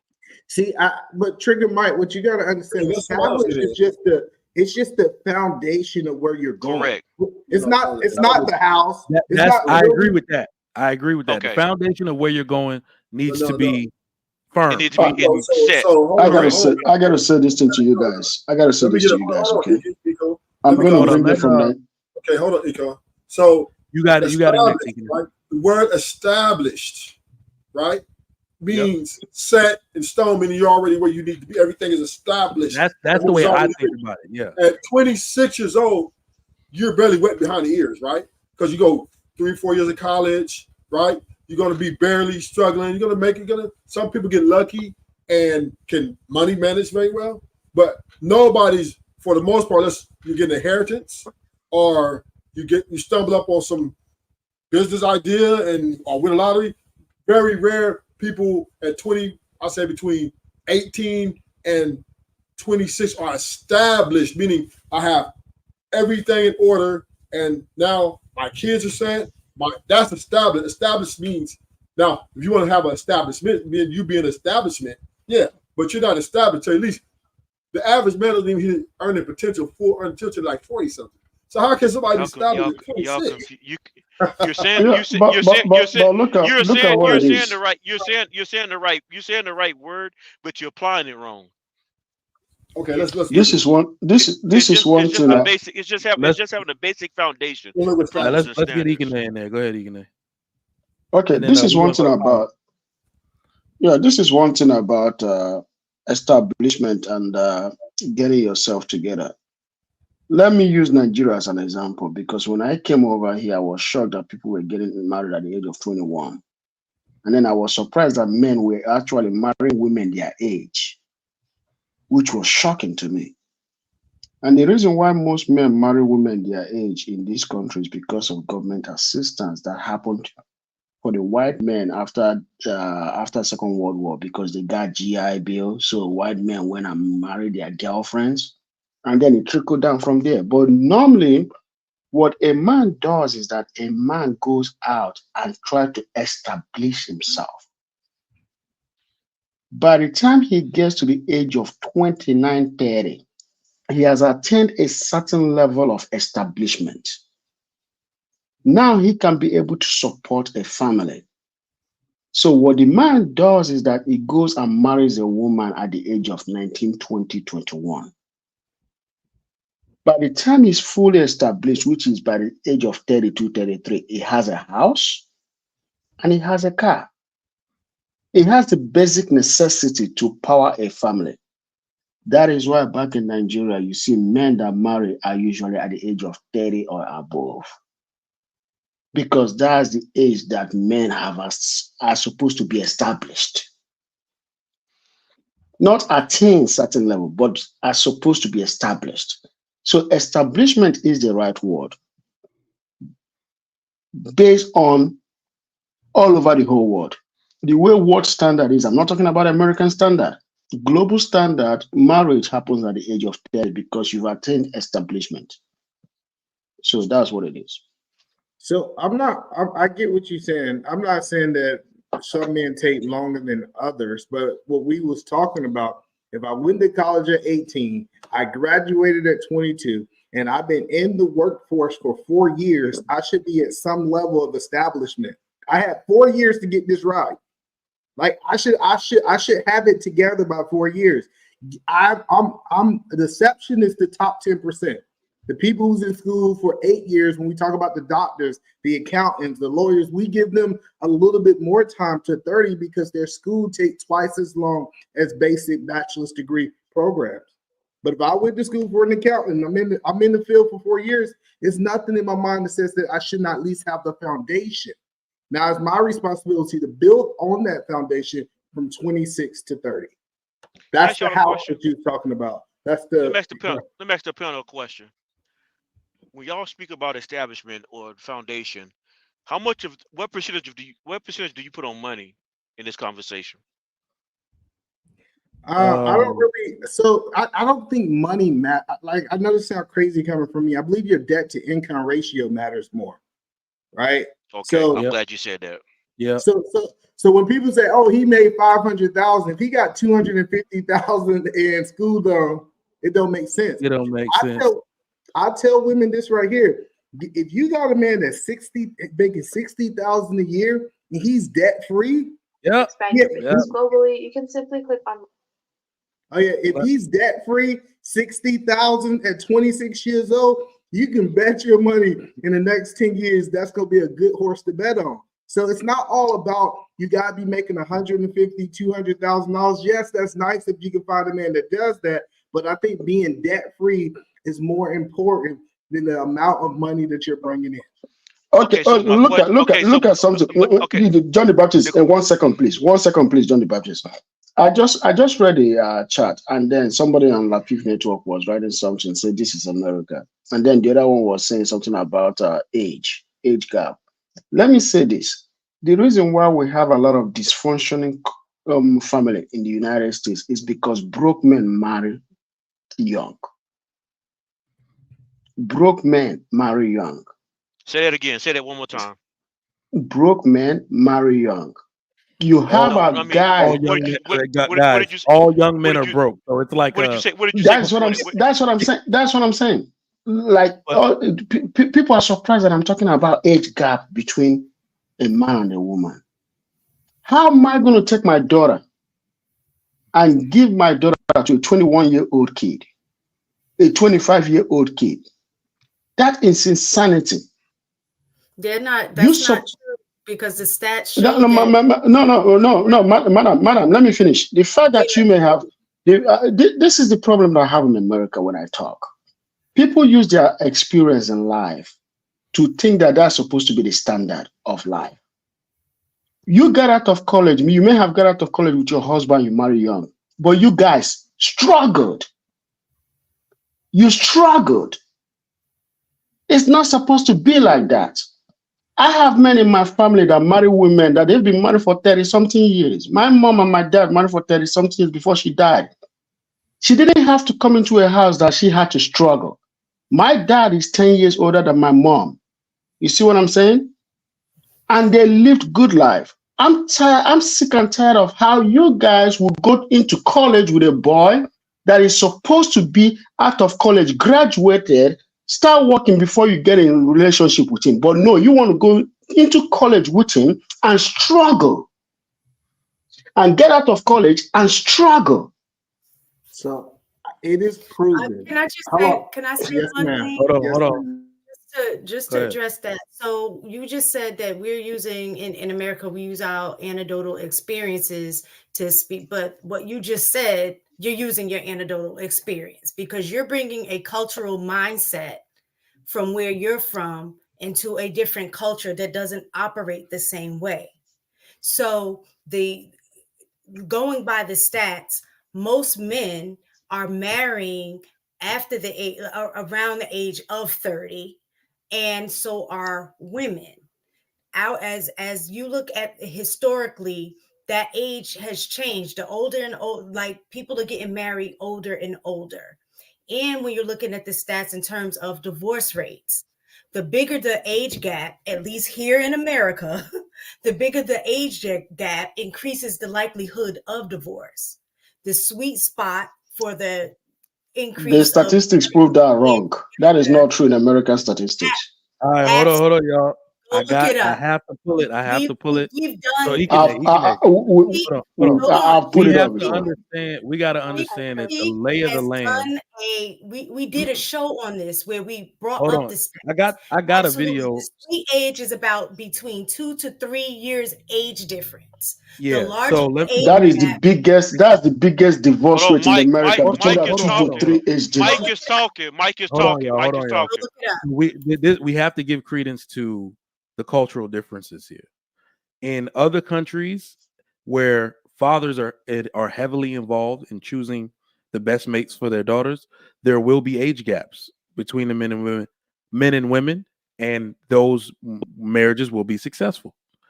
Here, people date, and the women choose their own mates, and they're likely going to choose people. What is it, 2 to 3 years in either direction? Yeah. So that's naturally going to have the largest. But y'all, so we were going to get to this topic anyway, but now that we're talking about this, I got to play the video. So everybody, pay close attention, and then I want to get Polly in here to see what she thinks because she hasn't spoken. Graduate from high school, marry before having a child, and have that child after age 20. Only 8% of the people who do so will be below the poverty level. Fail to do it in that sequence, and 79% will be below the poverty level. Play it again, Mike. I'll say not exactly what we were talking about, but I'll play it again. Graduate from high school, marry before having a child, and have that child after age 20. Only 8% of the people who do so will be below the poverty level. Fail to do it in that sequence, and 79% will be below the poverty level. That guy doesn't know what the hell he's talking about. I get what that said, but let's get Miss Polly in, and I want to respond out there if that's So okay. yeah, let me elaborate on what he's saying. So he's basically saying that if you have a child first and you don't get married, there's a 79% chance you will live below the poverty level after the fact. If you get married and then have the child, age 20, starting from age 20, so you can get married as young as 20 or after high school or something like that, and it's only a 7% chance that you will live below the poverty level. So even marrying young, like Ikene was talking about, that's why Even marrying young in this country, if you have adequate support, is better for you because it says you won't live below the poverty line, which, I mean, poverty line is kind of low. You can still be poor as shit, but you know, it won't be forever. It's better for you to do it. But all right, Miss Polly, what do you think about that? Well, since you're moving in that direction anyway, I mean, I do agree with what he's saying. I think for most people who are, you know, going through high school, like once you're not through that section, you haven't finished that part of your life, and you're adding more stresses to that, you're not going to do well because now you're taking on things that you're not supposed to take on until later, which just makes sense. Like things you haven't been able to take on later. Doesn't mean you're a fail, but you're talking about before 20, most likely that could be an issue, especially if you're doing it by yourself. You said with marriage, correct? Just want to make sure it's right. Yep. Okay. Yep. So yeah, by I yourself, think that's why I said most of them are. It's studies that have been done. What they did is they took a 21-year-old that was single and they took a 21-year-old that was married and they followed their life into 30.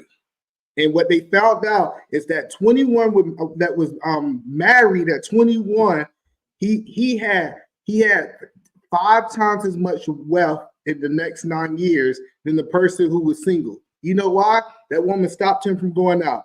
That woman typically stopped him from spending money on craziness. And you got to understand what he's right. Ethan A is right in his culture because typically the women don't work. But what we see now, the 21-year-old man is working and the 21-year-old woman is working too. They're both working, and now they both have 1 rent instead of 2, and they typically have a better outcome. So I get in other cultures that might be the case, but in American culture, especially when majority of the women are working, it makes sense for us to be together than us being apart, just based on most studies. Yeah, the reason why it's like that is because number one, the guy never took the time to actually work for 10 years that is required for a man to work and build savings and build and establish himself before getting into the marriage thing. Can we be real? I'm going. Go Can we ahead. be real about why he didn't wait 10 years? There was 2 lines on that damn stick. That's why he didn't wait no goddamn 10 That's years. right. That's Okay? right. That's Can right. we be Because real? he just want to bust something down, you know. I know that. I understand that. I I'm know pregnant will change a lot I'm of pregnant. things. I know. That's right. Y'all know the crazy part about it? This is something that I noticed in other cultures. You know, you can get married and still stay with your in-laws. Like if you look at Asian I would culture, prefer people do that. Listen. This idea just because I'm married, I got to move out and do all this. So I own a mobile notary company, right? And what we do is we go around and we sign home loans for people. And you'll be surprised how many white folks, 27 years old, putting $170,000 down on a new house that they saved up because they lived in their parents' household. Yep. It is a way to do it. You don't have to struggle. You don't have to eat ramen noodles. But it got to come back to us we actually doing things as a family and not individuals. If we keep making this individual mindset, yes, you're going to struggle if you trying to go out there and get an apartment. But why you can't stay in your mama basement? Why can't you in those 8 years married? Man, do you know that is my biggest issue with young modern people? Young modern people. They believe that they are entitled to everything and they don't even actually understand. They're not open to the solution. So imagine this. If my wife said, all right, listen, we both work. Your hours don't bring you home fast enough. These kids are kicking my ass and I don't have time to get my reports done at night. Right? What I hear from some husbands, someone is that I'll be like, damn, I have no fix for that. My mother is free and she's willing to move in for about 6 months. We got an extra room for her and everything. That's cool. Most modern people, they'll say no. And I'm like, how am I we can, as a people, we have to stop rejecting the solution, like the help.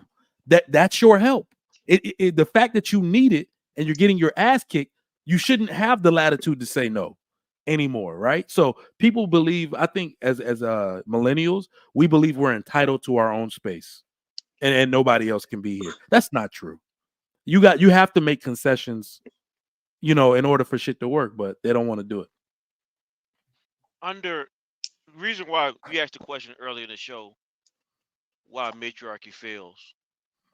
It fails for this. It fails for this one reason. Well, for various reasons, but this is part of it.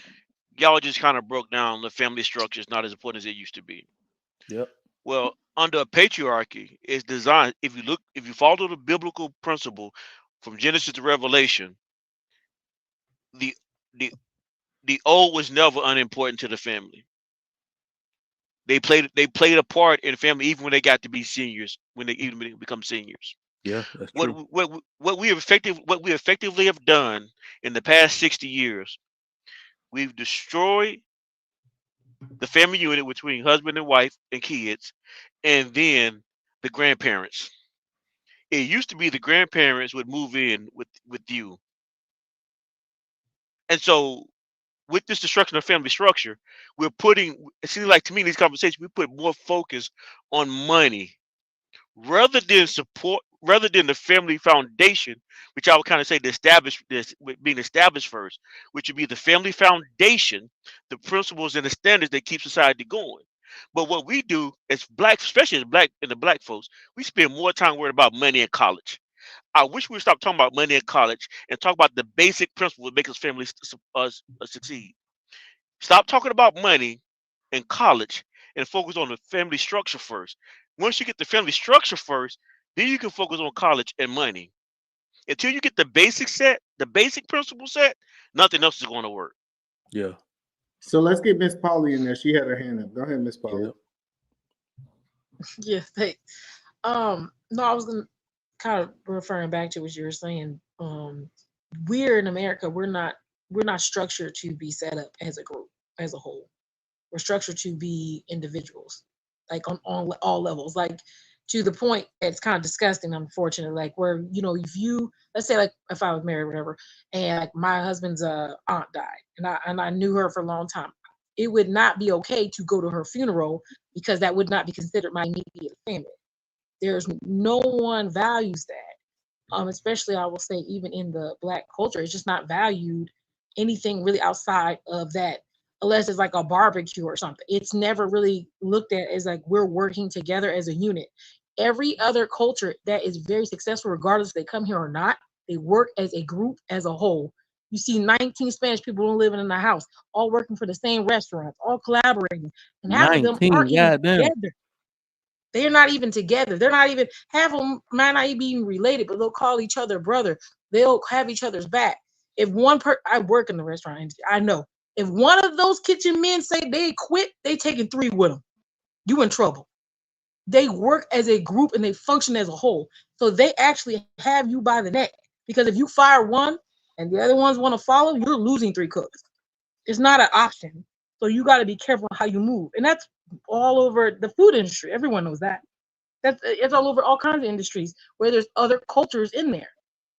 They move together, and that's why they're successful. We don't move together as Americans, especially Black Americans. We don't move together like that. So, but let's ask this question to the men on the panel that got sons or daughters. It can be either one. If your son say, "I like this woman, I want to marry this woman. Can I marry her and move into your house?" What would y'all daddy say? What would y'all say if the fathers on the panel? I'm letting them do it. I'm letting them do it. Okay, what about you, Trey? Go ahead, Trey. How's everybody doing today? Happy Friday. Saturday at this point. I have sons, and my songbird to them was always grow up to be respectable citizens, be self-sufficient and independent. And if they got to a place where, I don't know, it wouldn't just be, I would hope, and based on everything that we discussed and things that they sort of recite back to me, that they wouldn't even put themselves in that situation where they're going to take on another life without putting themselves in a situation where they can maintain that for themselves. Now, I am a support at that point. Once they turn a certain age, I'm a support factor. So, but I'm also going to make sure that wherever they decide to set their nest up, I'm going to make sure that their foundation is solid. If I gotta help, but as far as like bringing in a family, it's going to be another woman. I will have to go to the parents. I have to see what their life is. But just to take that on, it'd be hard one to swallow because I have my rules. Now, if they don't follow my rules, and I'm the only one walking around with my boxers, with my slang-a-lang, then it's all good. But as far as that, it's just hard for me. I guess I ain't the right person to ask that question. I said, so we know you old when you say slang-a-lang. What? So I'm 20. My son is 27. He just got married. My son's 27. He just got married. He has the option to move out. Him and wife can move to my house. We got a mother-in-law room with a bathroom. They can have it downstairs. They can have it, but they're not going to do it though. Yeah, no, I'm not. I'm just saying that I think we should create an environment that it is okay. Like it's not shameful if somebody say, "Hey, pops, you know that I want to buy a house. I don't want to be a renter forever. I don't want to just go get a mediocre apartment. Let me stay with you for 5 years. If you need me help paying the bills, I help you pay the bills. But me and my wife gonna stay here. We're gonna stay out the way for 5 years. And what we're gonna do is we're gonna save up enough money that we can be homeowners instead of renters." But either man, I don't think it's mostly the parents at this point, bro. It's the kids. They value their personal space way too much. They couldn't wait to get out the damn house to begin with. And then they have bad habits that they don't want to show off to you, and they're not willing to put up for a little bit because this is what I'm saying. They don't want the solution. So any husband that is sitting there, like, let me tell you, there are critical points in which your wife will start like behaving weird. If you have like an age mate group of friends and they're doing really well, and y'all go over to some kind of like event at their house, and their house is really nice and all well decorated, and that lady's showing off her nice plates, and you and your lady don't got no goddamn house, that lady will give you grief now about the house for pretty much until y'all move into one. So if your wife is saying, listen, we need to start getting serious about saving for our house, the first thing you need to talk about is what relative y'all moving in with. Okay, I have saved 6 figures in a year before. Well, this year include. I have saved that money in a year before. Okay, you can, and I did that, and I don't live in anybody else's house, but just living off one person's salary. So there are ways to do it. But Trigger Mike, you said it. Trey said it earlier. We're teaching our kids to be independent. We teach our sons, hey, you're supposed to go out there and defend for yourself. We don't teach them, hey, no, I'm still here. I didn't say that. I get it. So let me take it away from you. I believe fathers are teaching our kids, like, you a man now. You need to go out there and figure it out. And they kick most black kids get kicked out the house at 18. Let's be honest. Like they're getting kicked out. And this is the famous statement that the black parents have. You got to do something under this roof. If you don't do it, go ahead. So do you think that that's happening in most married homes, single father homes, or single mother homes? I think all. I think all. I think even the married people. This is what the married people say. It's time for me to walk around here naked. I've been raising you for 18 years. Sure. You need to go. Like, I'm telling you, like, I get that y'all don't want to agree with it, but circumstances. And the reason I say that is because my son too is married. He got married at 21. But in terms of the kicking out piece, the thing was my son didn't want to go to college, which was fine. I don't have an issue with that. My question to him was, what is the plan? What is the plan?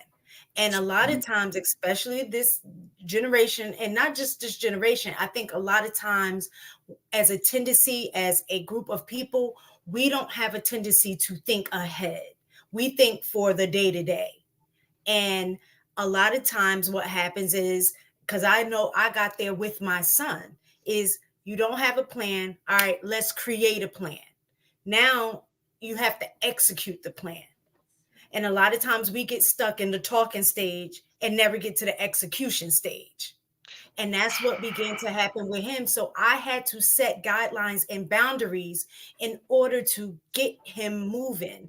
And what I find a lot of times for, I don't want to say all Black men, but I've seen just in I'm going to say my personal or anecdotal experience, a lot of times they need fire lit under their ass in order to move. And so what I had to do is you have a year. So once you graduate, you have a year to figure out what it is you're doing. But in that process, you need to be enrolled in some kind of training program, or you need to be working so we could set aside some money for you. But you have to be doing something that's going to progress. Entrepreneur. Let me say my piece on why I think that is. He didn't. A year went by and he was no further than where he was when he graduated. At that point, as a mom, I had to make a decision. I said, either you go into the military, you enroll in some kind of school, but you got to get, he didn't. He ended up in the military. Now he's married. That's a good He's talking choice. about owning a home. He's talking, he Good choice. married, owning a home, making plans to have his own business. And that's because he had to be put in a position that forced him to start planning for his life. If he stayed under mama, thinking that mama is going to save him, once he saw he didn't have that safety net for me to save him, he made sure he started making plans. What now branch the talk did he is, join? when y'all are done, y'all can come back home. So y'all can save money, purchase your house, do whatever it is you need to do. Because now he has a plan. He has a focus. That's the problem. Nobody want to go back. What to branch? A home that What got branch did kicked he out go of. to, Miss? Hello, no. Let's be honest. Nobody want to go back to a home that they got kicked out of. They don't want to. He didn't get kicked out. He didn't get kicked out. He made a choice. The choice was work, or you have to find somewhere to go. He didn't have to leave. He chose not to work. So in essence, by choosing not to work or go to school or to improve yourself in some form or fashion instead of staying on video games all day, then you chose to leave. I didn't tell him He chose. He got kicked out. That was not a choice. I mean, first off, he did better than most, because when you told him to go to the military, he went. Because I was about to say, what branch did he go to? It doesn't matter. He went. He went to the Army, right? Yeah. The Army. I mean, yeah. He's still a bump for that. He's still a bump for that. He should have went to the Navy. I'm more than sure. I don't fuck with that. So I wanted to say, it don't matter. When I was and his dad supported that, because he didn't come from a single family household. His dad was there, and his dad supported that because his dad knows, as a man, you got to be a man. You don't live up on a woman and have a woman taking care of you, and you ain't making any plans to take care of yourself. You know what? I'll say this though, mistaken. We make the mistake a lot, y'all, of thinking 18-year-olds are grown, and this is something that's completely cultural. Listen, I didn't want to go to college either. I wanted to go to the Navy. I was like, what am I doing? I didn't like school. Like, it's weird the job I do now, but I didn't like school. I was like, you want me to go to school? But the funny thing is my uncertainty. I forgot who my father was for 2.5 seconds. Boy, you gonna do something. And what you have to do with 18-year-olds is realize, especially the way we socialize them in this country, you have to tell them what to do. You can't ask them shit. Like my wife is always talking about this. Oh, whatever the kids choose. I said, not doing it yourself. If I get the slightest inkling that it's okay, and let me say this, it's okay to be uncertain, but you're just going to be doing something. Like literally stagnation is the bad part. So the way I see it happening. Listen, you know the funny part about it, Trigger Mike, is we think as Black people we got it right, and we ain't making as much money as the people who do the opposite. Stop it. No, listen. I get y'all might not like what I'm saying. We ain't got it right. We still working on it. So I'm telling you, Trey, kicking a child out at 18 or giving them an ultimatum is not the right answer. This is the reason why we can't catch up with the Asians. That part I agree with. Listen, hold on. Let me break some something. Finish my point. One mic, yo. That's the case. My son has seen the statistics of most Black males at his age. But either man is So speaking what from. I did, it worked because he knew he came from a 2-family household where he saw both parents working. He saw a loving marriage. He saw his sister graduate, no babies, and she was in college. She moved out on her own. She came back when she came from college. Not only that, she went to China, studied in China for a year, came So back. he saw So the pressure of success. Not the no, pressure, hold on. brother. That's What I'm just saying what life is there's is. a standard. There was a standard of success that was set in this family as a foundation. Right. And that My pressure thing he is did you're that. going to live up So, to that standard. so can I at least Period. land my point? You have to go to Listen. college. I didn't force him to go to college. I have a doctorate. I'm in I got you, education. man. My But son told One me mic, he didn't one want to mic, go to y'all, college. one mic. Hold on, let me finish. you My cut me son off told me halfway he in did my not want to sentence. go to college. I Oh did my not goodness. encourage him, and I didn't discourage him. Say, no, you're gonna go to college. I didn't force him to do that. I said, okay, cool. You don't want to go to college? Fine. Let's start researching careers that only require a high school diploma. We're not going to get a job. We're looking for careers. We researched careers. He found a career that he wanted. And I said, okay, the plan is these are the steps that you're going to need to take because he wanted to be a firefighter. All right, you don't want to go to school. This is what you need to do in your gap year to start working towards that goal.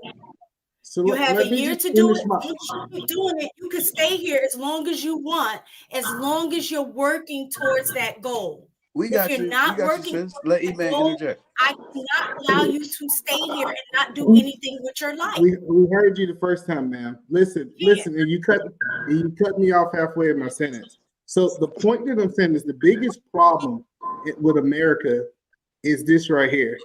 We raise our daughters and we love our sons. It's a reason the son typically not ambitious. It's a reason the son doesn't want to do this because he had been 100% correct.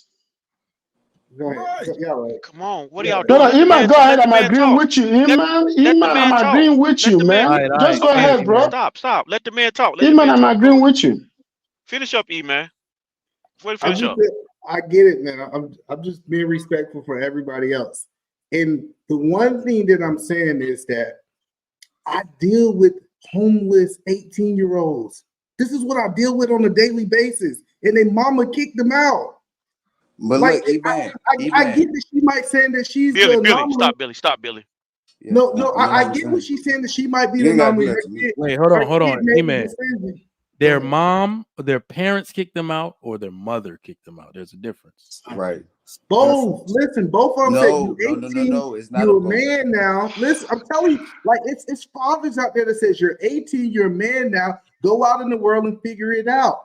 This is what we tell people. So in that respect, if 70% of young boys are being raised primarily by their mom, some mom we always stand on that moms can't raise these boys.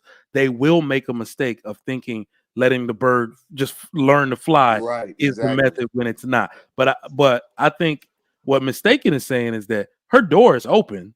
She was trying to get him to be ambitious to do something for his career and for his life. He's welcome to come back. Right. But he has to build himself. I get what you're saying, but I'm just telling you, it's funny that we say ultimatums doesn't work when we talk about relationships, but we say that ultimatums work with the kids. What if a woman gave you an ultimatum? Say, you're going to do this or you're going to marry me. Every man on this panel will say it doesn't work. But just because it's a child we think it's okay, go ahead. All right, real quick. Billy, I'm going to let you get in there. Let me get these super chats. Billy, let me get these super chats. I've been patiently waiting. All right, hold up. You All can go. right, let me get these Hold on. super Let me say chats, this. y'all. Now, Billy, goddamn it. Billy. Go ahead. I'm sorry. Go ahead. Let me get these super chats. Then wife school, you got it after Billy. My man Jeremy Fields, thank you for becoming a YouTube member. Salute to you. The Red Pill Ranger, my man, what's going on? $5. We set our youth up for failure in the black community. Kicking out your youth because they are legally adults. Shit isn't a recipe for success. Red Pill Ranger says, Mistaken making everything about her situation just because it worked for her son don't mean it works overall.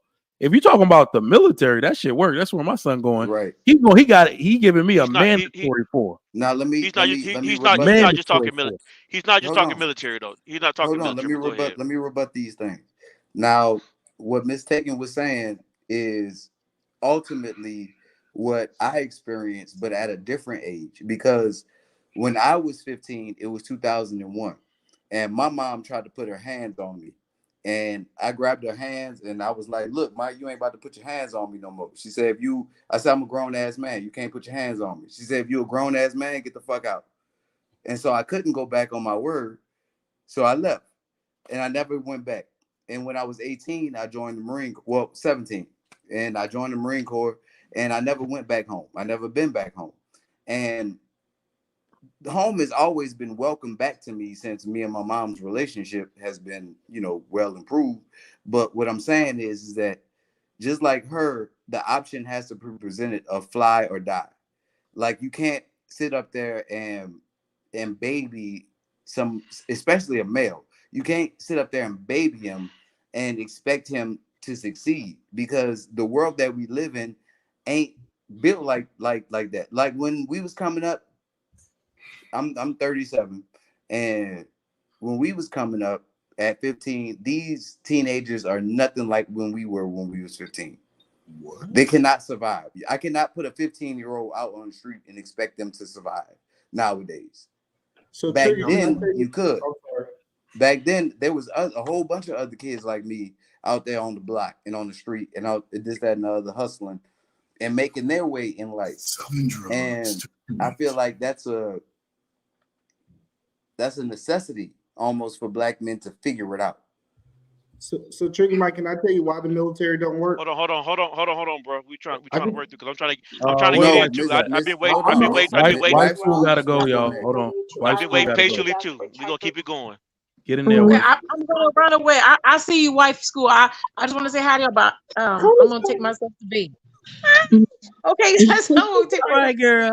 All right, girl. Just want to say hi. I'm sorry. I've been at work for a very long time today, but I appreciate y'all having me up here and stuff. Oh my God, are we at the hairdresser?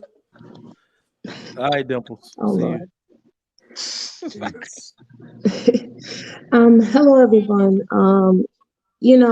Like as all the information that we have, like we should not be waiting till 18, 16, 17 to have a plan for our children. As soon as we get pregnant, as soon as we know we're having children, we need to have a plan right then and there. We cannot wait. I mean, by the time they get older, you have no resources, you have no funds, you have nothing to fall back on yourself as an adult. So it seems like the right thing for them to do is just go out on their own, which is not the right thing. In the Bible, I'm a Bible believer, it says that the kids aren't supposed to save up for the parents are supposed to save up for the children. And so by that, we're already giving them a weak leg to stand on. We're not like sending them out in the world prepared with anything. We don't know anything financially. We don't know anything we're not even ahead of the curve all ourselves. So I just think that there's a lot of re-education that we need to do. I think that that's a mother's position, though. I think that women. Billy. We all trying to get in, bro. I'm sorry, trying to get in bad. too. I'm trying to get into. Let them finish up. Yeah, and it's for us not to waste that time. I have my son learning about stocks.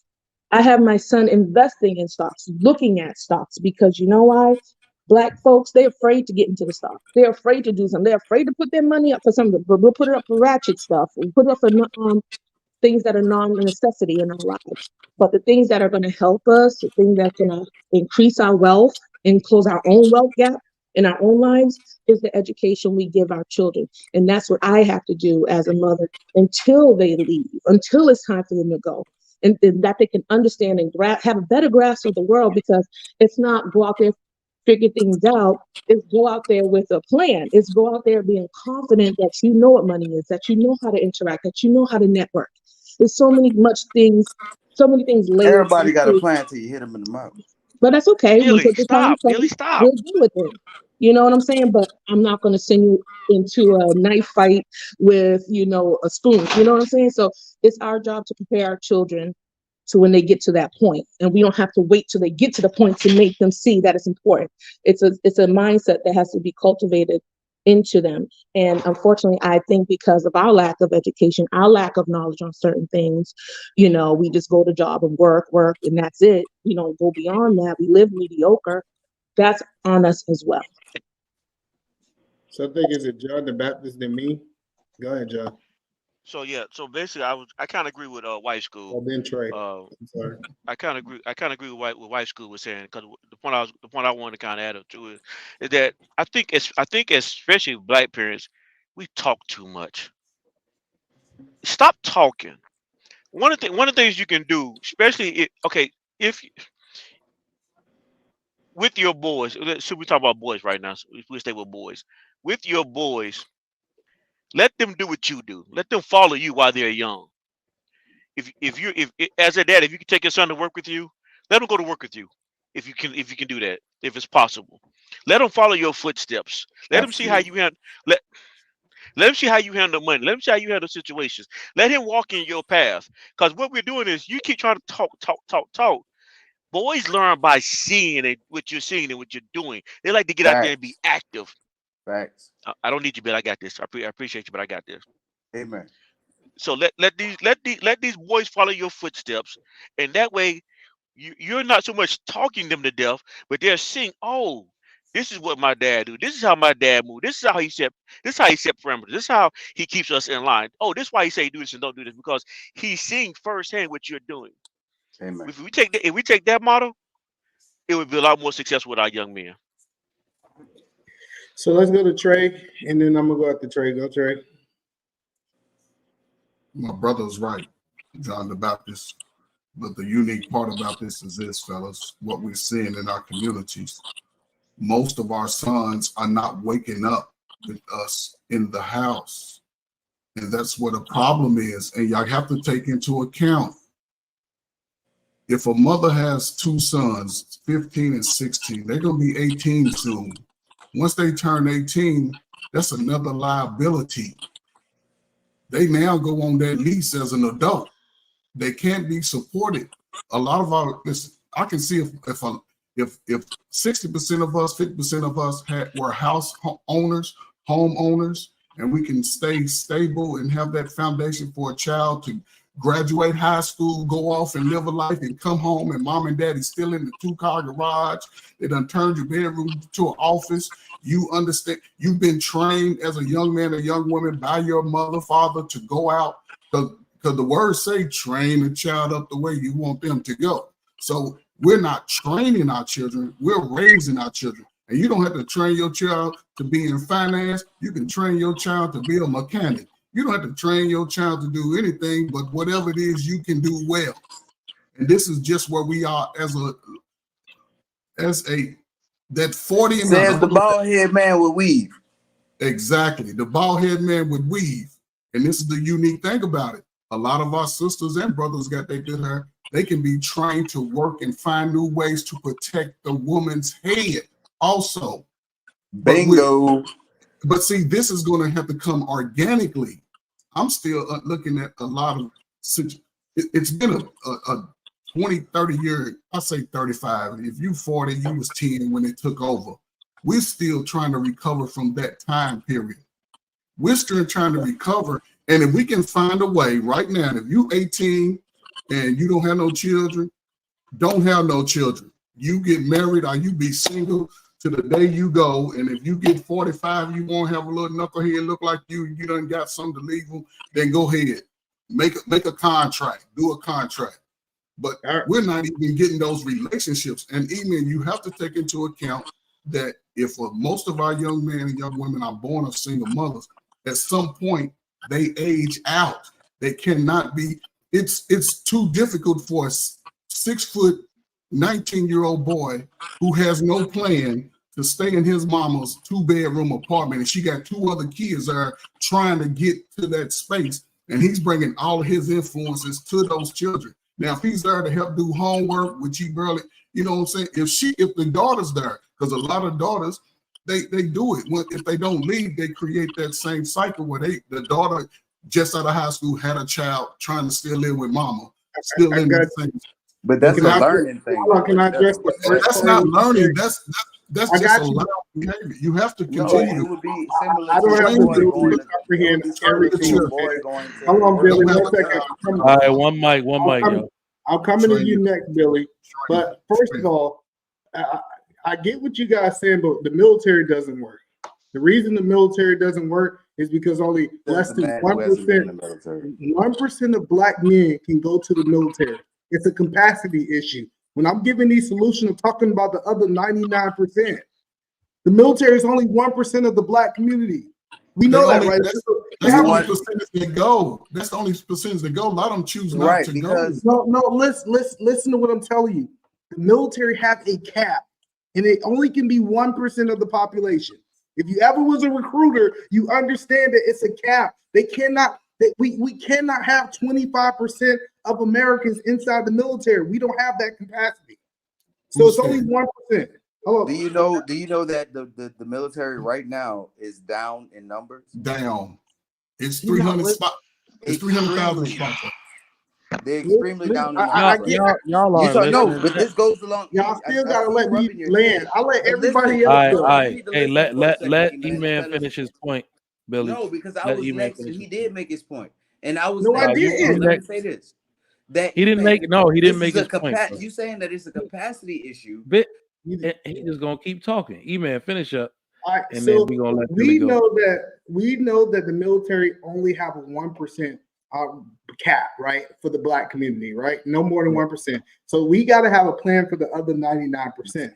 The other 99%, this is the problem. Black people don't own enough business, because what it's supposed to be is that your kid's supposed to go work in your business until they figure it out.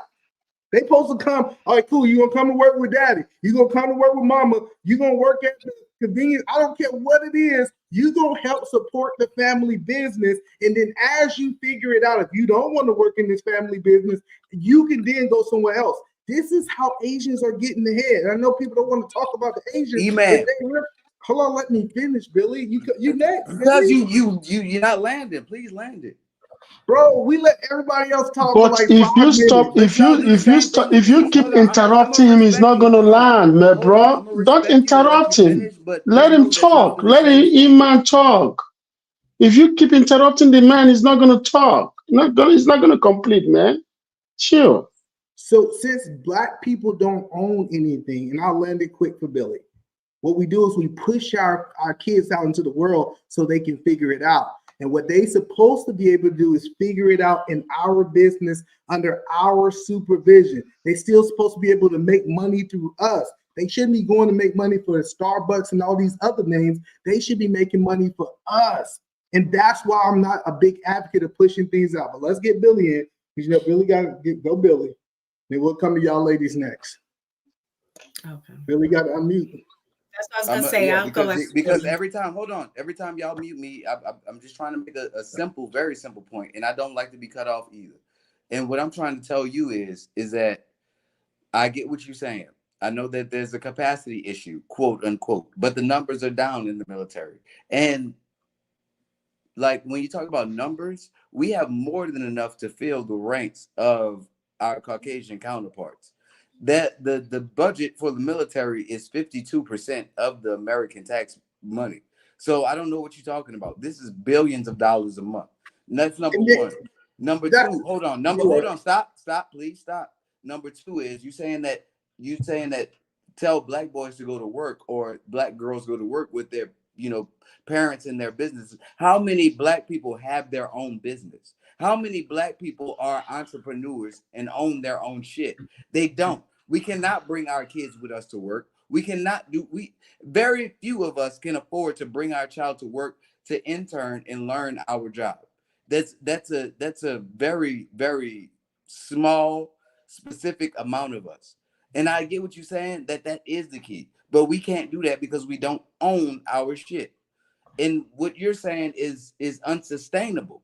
It's totally unsustainable when we have to depend on different things for our businesses to strive, meaning that we can't depend on strictly black people for our businesses to strive.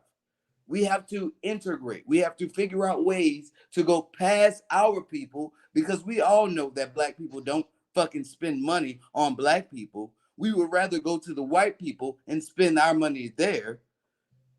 But you sitting up here trying to teach us about some basic fundamental shit that is impossible for us to implement if we don't have solidarity.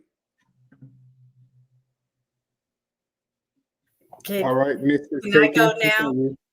Yes, ma'am. Go ahead, Ms. Higgins. So one of the things that I was going to say, Billy Hold did on, blow touch on off the something mic because that it's hot.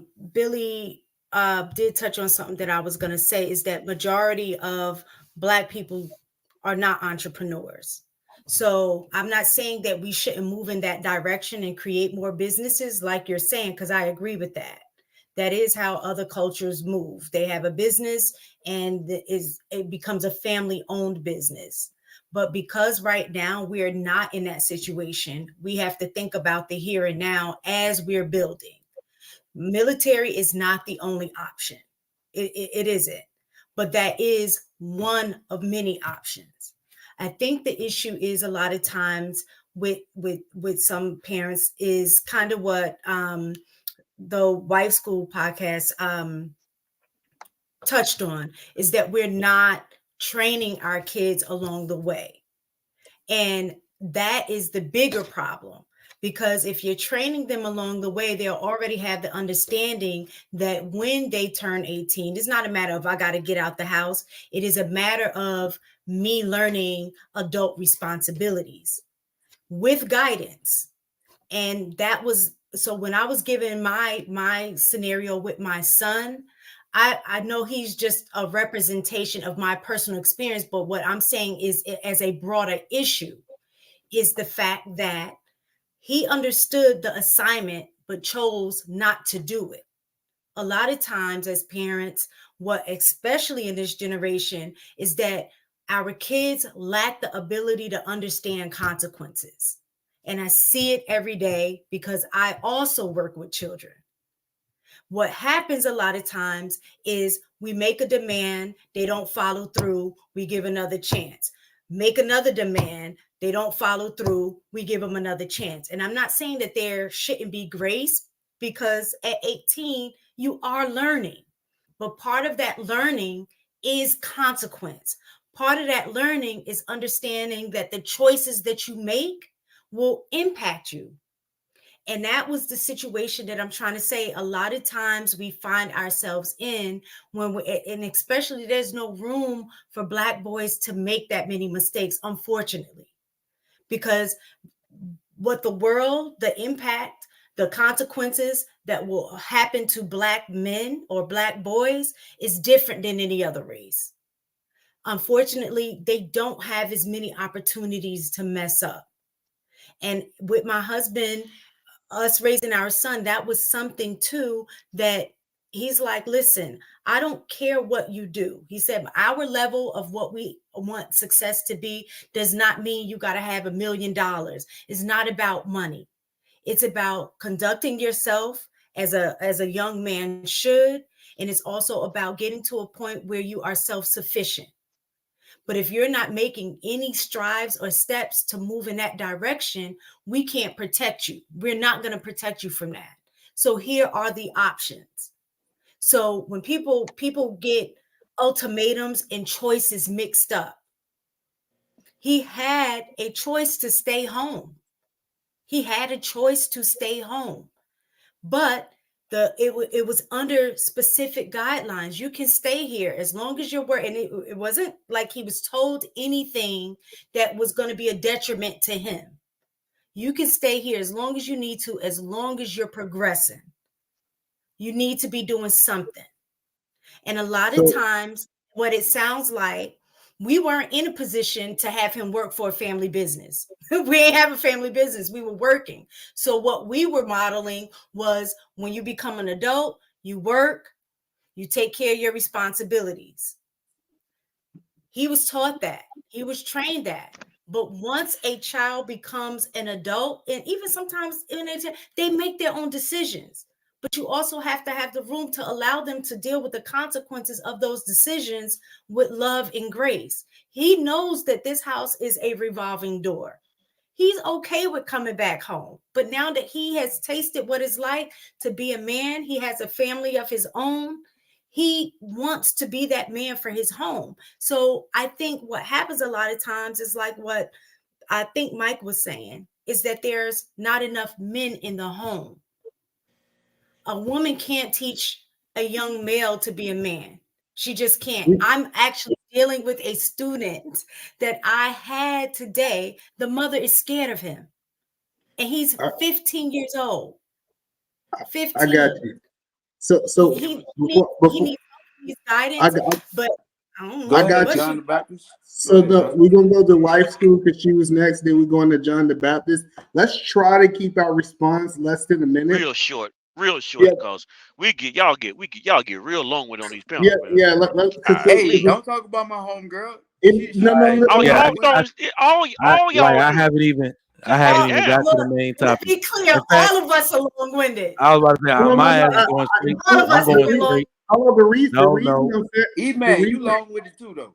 No, I'm not. I'm actually hitting my points real quick. You just Who keep needs to make a interrupting me. last point? Because I'm moving to the Why you always main. put it on me, bro? Why, bro? I'm You your the only home. one that Like, can't in some have discipline. actuality, bro. Or I'm really your Marine. homeboy. Ain't you a Marine and you can't discipline yourself for No, the I'm saying that panel? I'm really your homeboy, but you still don't sit up there and respect when I say something. And, like, what's going on, bro? I'm just saying that you do cut a lot of people off. You're the only one that's doing it. No, but hold on. No, I also give people We grace. moving on. You can go, Mike, because I think we All already right. stretched this enough. All right, yeah, we definitely stretched that. I'm just typing the next question. Give me 1 second. Ooh, I'm tired. I put what is a track this? Well, can I respond while you typing? All right, you go ahead. 30 seconds. I just believe as a father, it's nothing the military should be able to teach my kid that I couldn't teach my own child. Bullshit. You don't know how to do no Hold on, you went to the military. I'm joking. The Bullshit. military gave you your life. The military. You know what? No. My father gave me my life. Hold on, E-Man. You are right in a sense. But the simple fact that most fathers work all day, you can't do it with the efficiency and the intensity that the military does it. That's why I need my son to go. If he's in school 8 hours a day and my ass is tired by the time he get home, the intensity that I need to make sure he understands how to work on a team, how to lead a team, what camaraderie looks like, physical fitness, all that. It's just like, okay, send him there so he can get an accurate depiction of people around the clock. Whoop, all in his face, Mike, like I should have did the 18 years. Mike, you can do that. Mike, you can do that better than anybody else. You can't. No, I'm gonna do it, but he gotta go. Listen, They can't learn that at all boys school. I got you though. I think what's missing is fathers supposed to have a year or two with their kids that they actually teaching their kids these skills. The best thing ever happened to me is when I went off a full summer. It was 3 months. I went straight with my grandfather. I couldn't call my mama. I couldn't call my daddy. And you know what he did? He worked construction 10 hours a day. It taught me something. Hey, let me tell you. But this is why my son going to the military. Okay, you can't teach GI Bill and other benefits. That's why my boy going to the military. But that's this disability. You're supposed to have benefits for your own kids. White school said this earlier that you're supposed to be making inheritance for your kids. That VA loan, baby. What you know about it? Yeah, that's good. The retirement is not even there no more. You know that, right? They got rid of the and retirement. also but getting a home loan is a big thing. I get getting a what y'all home loan with zero interest. I get what you're saying, zero but I'm telling you, zero interest. If you get a military home loan, it's zero interest. It ain't no zero interest loan. It's zero down payment. Listen, how about we know you ain't got no home? You ain't got to put down no. You ain't got to put down no down payment. Billy ain't got no home. You ain't really even got to pay the mortgage. Billy ain't got no home loan. This nigga said zero interest.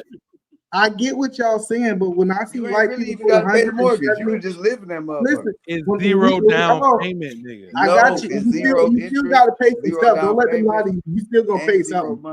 I pay closing costs. It's a bunch of. I didn't pay anything. Now he is right. I didn't pay anything. You didn't have to pay for your inspection. I done bought two houses in the last 4 years. I just moved this paper past April. And my wife didn't put down anything. Wait, because you know it goes by company. Most companies can file they will give a VA loan and file it with the VA themselves. Can you put the name of the company in which you paid nothing? Because we're building a house here very soon. The house, yeah, the house. It was a brand new house, so we didn't need an inspection for a brand new house. Yeah, so I'm like, can you put the name of that company in the back? Because some of them do advertise we pay closing costs and all that. So put that shit in the back, please. Yeah, I got securities at my house. I didn't pay closing costs. So the closer who I bought the house for paid my closing costs. Yeah, but I'm talking about new construction. New construction. Yeah, it was new construction. Yeah, all right, let me play this last video, then we're gonna get into this last topic. And the most that will say men are trash. But the women in healthy relationships are not usually the ones saying that. So if this formula is working, why are you allowing trash to enter your vagina? Goodness gracious, I gotta play that again. Hold on. Yeah, there you go. Please play it again. And the most that will say men are trash. But the women in healthy relationships are not usually the ones saying that. So if this formula is working, why are you allowing trash to enter your vagina? And you know that lady be saying some bullshit sometimes, but that one, that one is actually, that one speaks to me because y'all know I I have a real like itch when I'm like, yo, where are all the functional ladies at? Because if y'all want to know why I'm doing what I'm doing here anyway on YouTube, is because I'm not gonna blurt the name out of the person, but this person was pretending to represent all black men. This nigga sounded illiterate.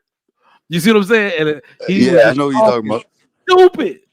And the one day I just jumped up on the panel. Like I had no YouTube account. Like I was just like, look, man, I don't know what this dude is talking about, because I need the world to see that black men, when given the same tools and the same opportunities, are the same and or better than their counterparts of other races, right? So that's why what I'm doing here, to give a functional example. Yes, black men take care of their kids. Yes, black men work decent and high paying jobs. Yes, black men take care of their families, so on and so forth. So one of my issues is on the white side is that I think a lot of women are afraid of the sisterhood, so they just don't say anything.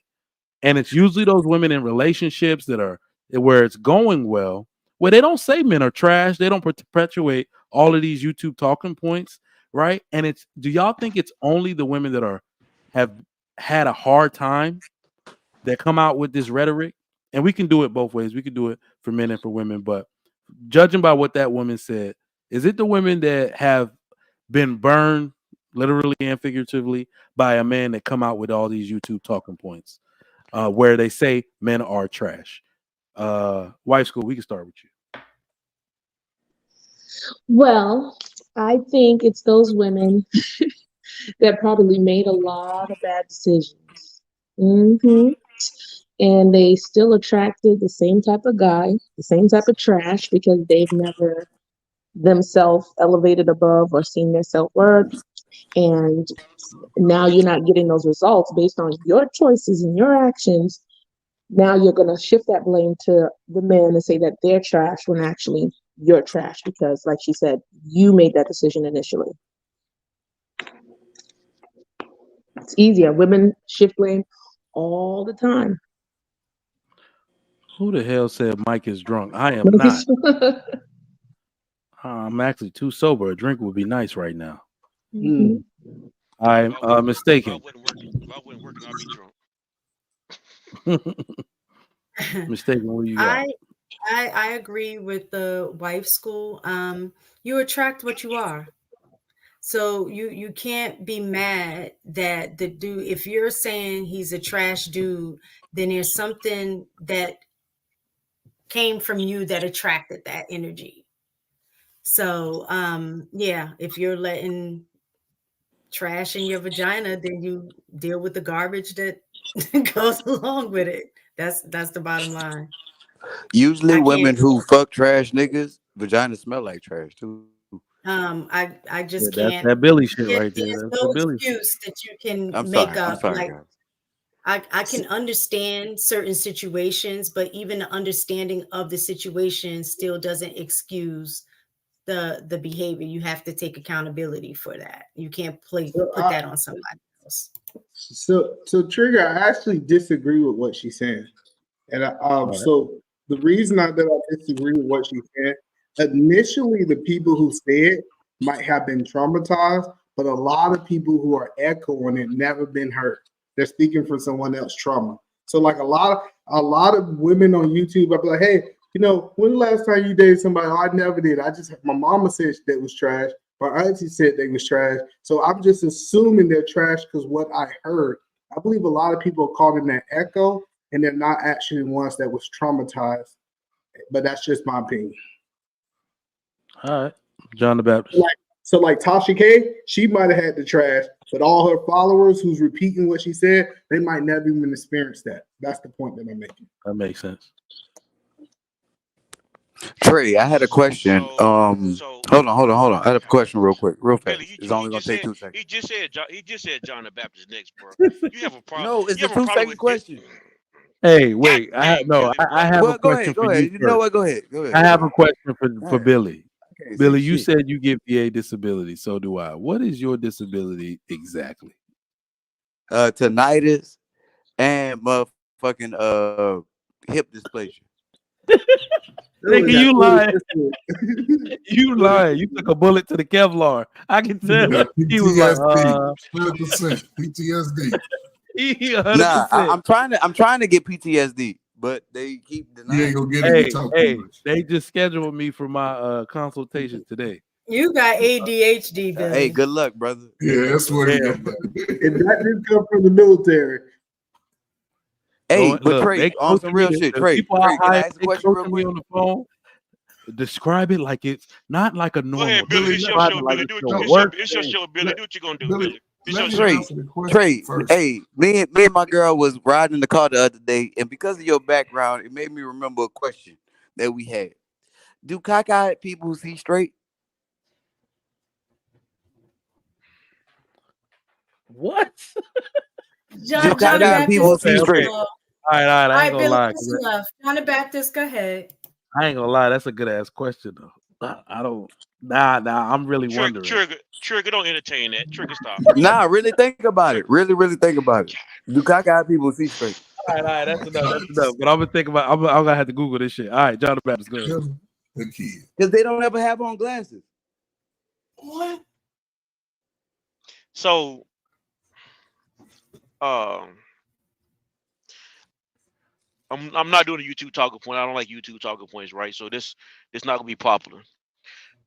As a man, as a leader, I believe in accountability. So, according to that video, I think we should hold men accountable first.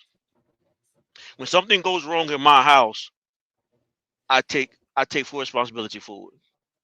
Now, to the point to where she's saying, are those men trash? Those men might be trash. I'm going to take accountability for the men that are in my house. But also, what I'm going to say, by being a leader and holding people accountable, I'm also going to hold the women in my family accountable too. If you're dealing with trash men, then why you're trash too? We can do two things at the same time. So I think in society, we need to actually, if we really want to fix the problem is not always just one sided. It can be both sides. And we need to work it. We need to work it as such. You can keep blaming women if you want to, but you gotta remember, men, you are in control, you are in charge. If it's broken, it got broken on your watch. Now the question is, how you want to get it back right?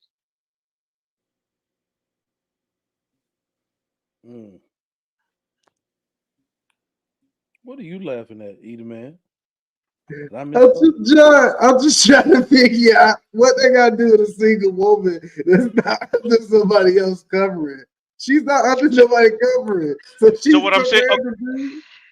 So the reason, okay, so that's even if she's single, she has a father. So the father dropped the ball. What if she ain't got no father? That's the part. See, that's what I'm trying to say. It goes back to where. So now the question is, why we as a society, as men, it's our job to hold the society to a certain standard. So for as a believer in the garden, God hold Adam accountable, even when Eve messed up. Because he was married to Eve.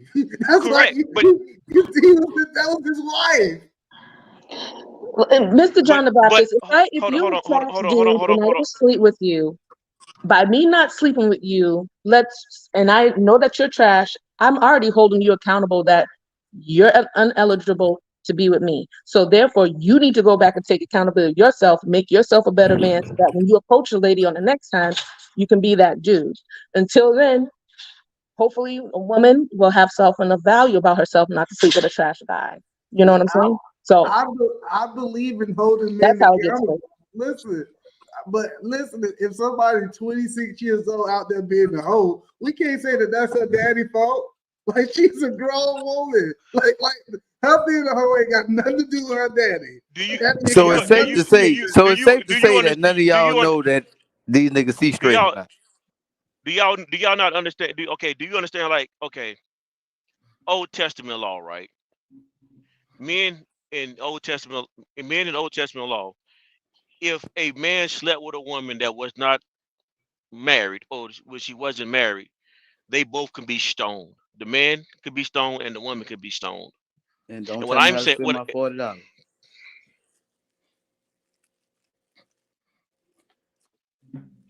so under the premises, you're right. Adam and Eve was married, but also there was community standard. When you look at the laws, there were community standard for laws too, moral laws that was enforced by the community. Men control the community. If the community gets out of control, it's because the men were not on their duties and doing their job. So being accountable as a man and holding society accountable, you have to hold men who don't follow the rules accountable and women who don't follow the rules accountable. That's how the laws. That's how the laws work. So there are family laws and there are community laws. I got you, but my question is, at what age it's not my fault on what my daughter do anymore? What age do she get that it's not my fault no more? You have to figure that out for yourself. John the Baptist, you dropped the ball here, and I'll tell you why you dropped the ball. Go ahead. You remember when I was saying some things on about an hour ago? Some people said that this is America. I'm going to tell you this is America. You know why? Because if she's messing up, the men can't do shit. You know why? Because she knows that between her and those men that are supposed to straighten her up is law enforcement, the law. So as long as the government protects her, right? The men in her community can't do nothing. Say it so again, women in this country take advantage of the law of this country. Say it again, They know you can't touch them. That's why they do what they gotta do, what they want to do. That's why they do whatever they want. They don't give a damn about the community, because whenever you say community, black woman goes crazy as long as it goes against her. But she don't like it because she knows. I'm coming, guys. Because she knows that, guess what? The government is going to protect her. The law enforcement is going to protect her. She's going to call police on your ass and call police on the community. That's and he's right. Like you talking about, that nigga like John the Baptist about back in the Old Testament, we can stone people. What is stoning today? We can't stone. We can't start throwing rocks at people. Not yet. No, we can't. Like, listen, I get it. Y'all might think that apocalypse is coming, but we cannot hold women accountable like they held people accountable in the Old Testament. I don't even know why we keep trying to draw that picture. Like, I can't do it. It's impossible. So you can do it. Okay, so for example, you can do it. Hold on. Don't, before you go laughing and being disrespectful, listen. I'm not being disrespectful. Just listen.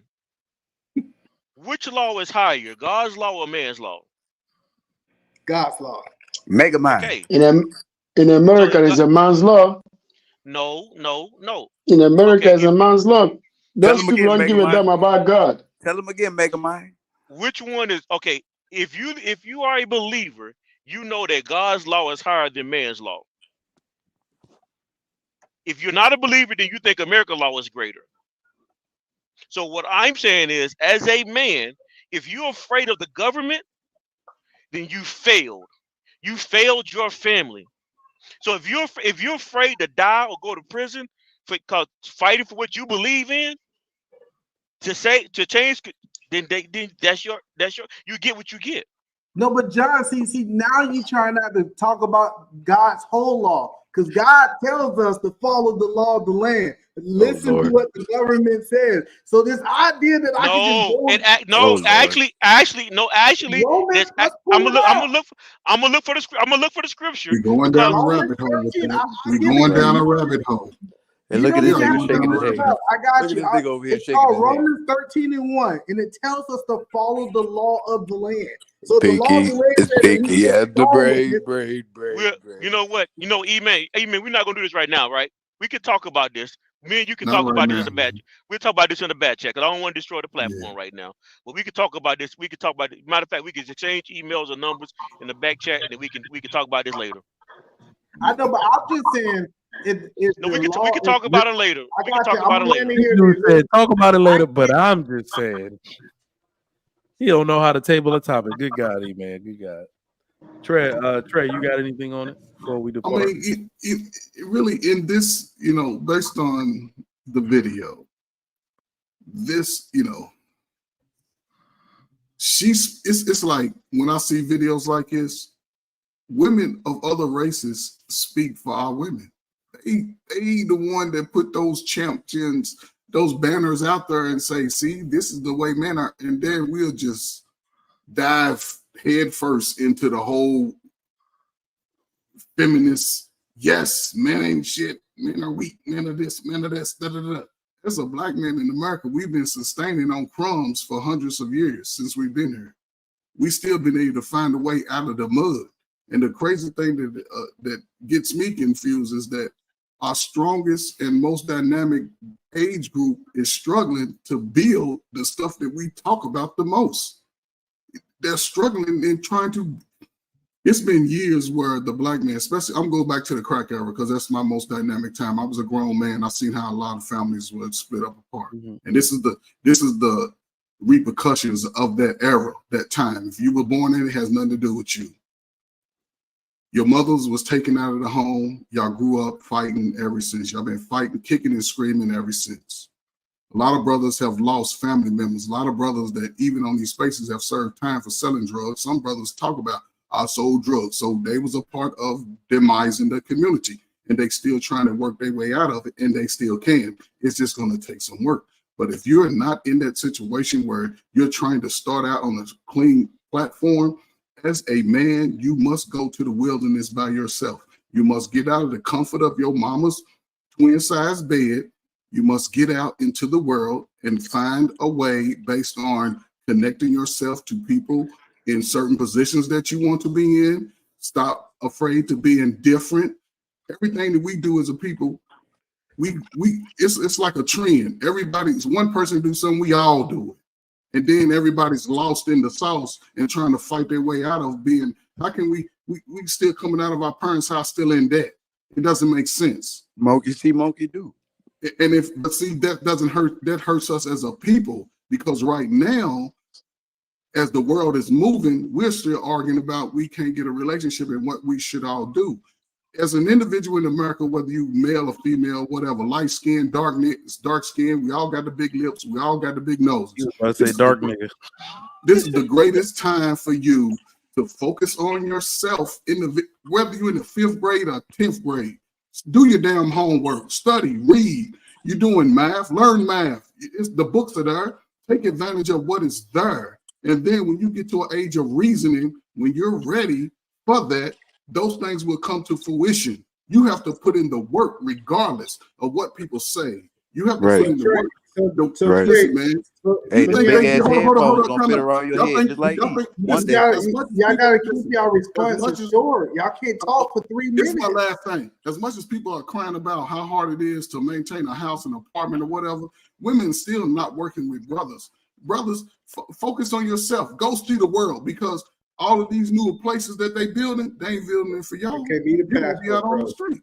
So Trey, let me ask you this question. You don't have to be a passport bro. Hold on, I got you. Hold on, Trey. Let me ask you this question, Trey. I'm sorry. So, should we follow in the footsteps of the successful white people who came before us? The successful white people, follow in the footsteps of the successful black people before us. Who are they? Follow in the footsteps of the newly billionaires and millionaires that were in Oklahoma. Follow Madam E-Man, C.J. did you Walker's say who plan. are they? Follow Dr. King. Follow Malcolm X plan. Follow I somebody. don't No, want to follow beyond follow that. a Hold on. plan. There's greater examples beyond that. But did you say who? Regardless, follow a plan. Ain't nobody following a plan. Everybody's following. I got it, but I just said, listen, if the white people showed us how to be successful, should we follow their plan? No, only you, E-Man, because guess what? We are way more comfortable following the white man's plan than our own. We've been following their plan, but we ain't even following their plan. We are way more comfortable working for a Fortune 500 company than going to a small African country and building it up by ourselves with our own knowledge.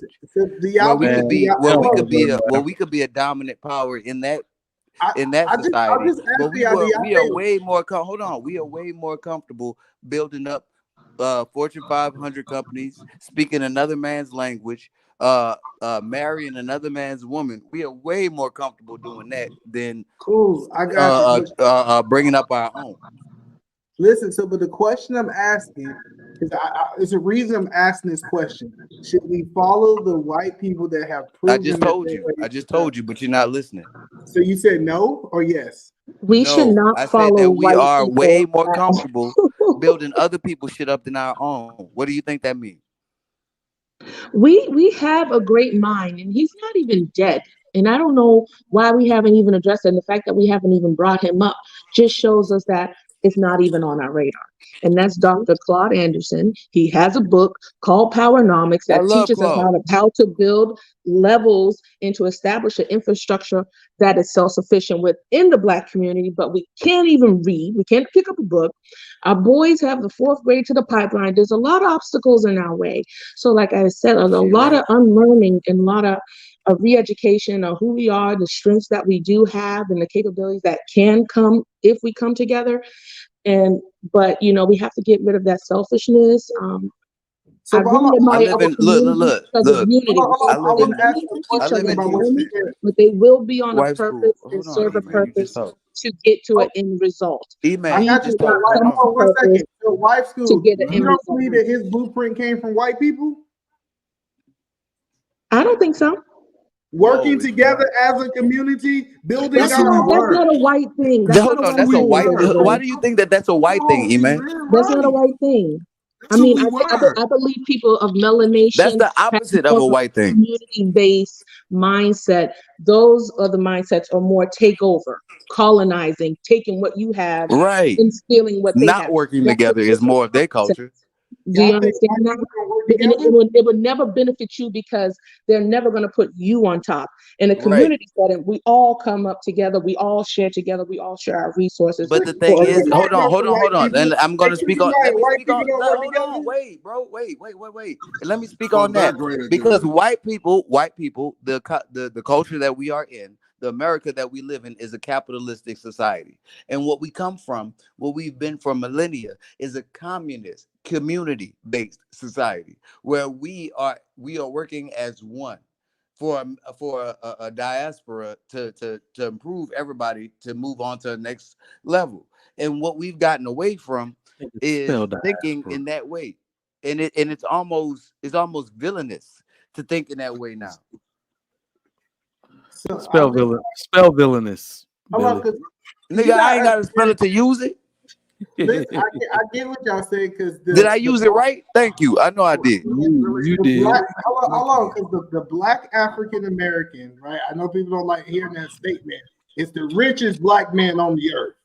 We're the richest, right? And so when we ask this question, you guys got to stop this thing. Black Americans are not the richest. I argued this today with somebody, and they were trying to say the richest. I'm coming. The richest Nigerian guy, Aliko Dangote, is the richest Black man on earth, and he's richer than all Black billionaires. Listen, bro. Nigeria have many billionaires. Okay, 1 billionaire in Nigeria is richer than the whole Black billionaires combined. I'm going to tell you that. You guys got to stop. If you take the average income of Nigerians, Nigeria is still higher. Say it again, They're still higher because you know why? Nigeria alone. Let me tell you something. All the millionaires in Nigeria, right, combined, All the million. No, man, wait, because I want you guys to stop this. All the millionaires in Nigeria combined, right, are 3 times Black Americans' population in the United States. Wow. All the chicken nuggets in Nigeria combined, right? And so You Are don't the size of understand this that. nigga head. and We have that's over the person we 50 should million Nigerians that are millionaires in dollar, not in naira, in dollar. He just made that up. No, No. I saw statistics in that certain African countries do have a lot of Nigeria, but let me say this: Nigeria, right, has the highest number of people. Okay, do you know how they measure? Like America has about 1%, right? 1% of people that are wealthy, right? 1%. Nigeria is 6%. It's the only country on earth that is 6%. Hold on, Come on, man. Let me pull the stats up. The average income for a Black man in Nigeria is $2,350. Because it's 240 million people. No, listen. 240 million. No. Black Americans are only 12 million. No, listen. Nigeria is 240 million. Hey, he right. How dare you go against Megamind? Okay, go ahead. I'm telling y'all, he's wrong. Well, you gotta understand how far $2,000 some goes in Nigeria versus. But and they live in like their ancestral homes and stuff. That they use money to eat. Like they use money for what money is for. This nigga don't drink nothing but river water and eat walnuts. Trigger Mike, listen, I get what you're trying to say. But if I say that the average GDP for Nigerian is $2,000 versus $49, you can't sit on a platform and says that that Black people in America are poorer than the average Black people. Okay, y'all, hold on really quick. Now you said average poor people in Nigeria. That's only because the average Nigerians nigga is a scammer. Hold on. The Nigerians are the biggest scam artists in the world. First off, your own Pentagon cannot account for $1.9 trillion. That's right. Nigerians are the biggest scam artists in the world. Come on, let's do it. I didn't say they was the biggest. You don't know how. Go there, take it. Hold on. I'm about to pull an Aaron O because it's time to end the show. I got cheer competition in the morning. I'm tripping. I got to drive to Galveston, Texas.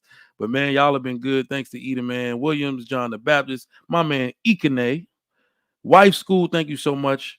Billy the Kid, my man, you always welcome on the Trigger Mike Show. Mistaken, thank you so much for coming. We got a new member, Your Excellence, sir. Appreciate you for joining the Lapeef Network. Thank you. More hotness and fire to come. Y'all, thank y'all so much for your patronage. I'm not doing Fight Club hours, at least not tonight, because I could go. I hadn't streamed all week. I was at a conference most of the week trying to get work done during the day, close out this year before I go on this cruise for Christmas. But thank y'all so much for coming through. Make sure you get that Tiege Hanley, that Tiege pack, and also that new Assured Man Naturals.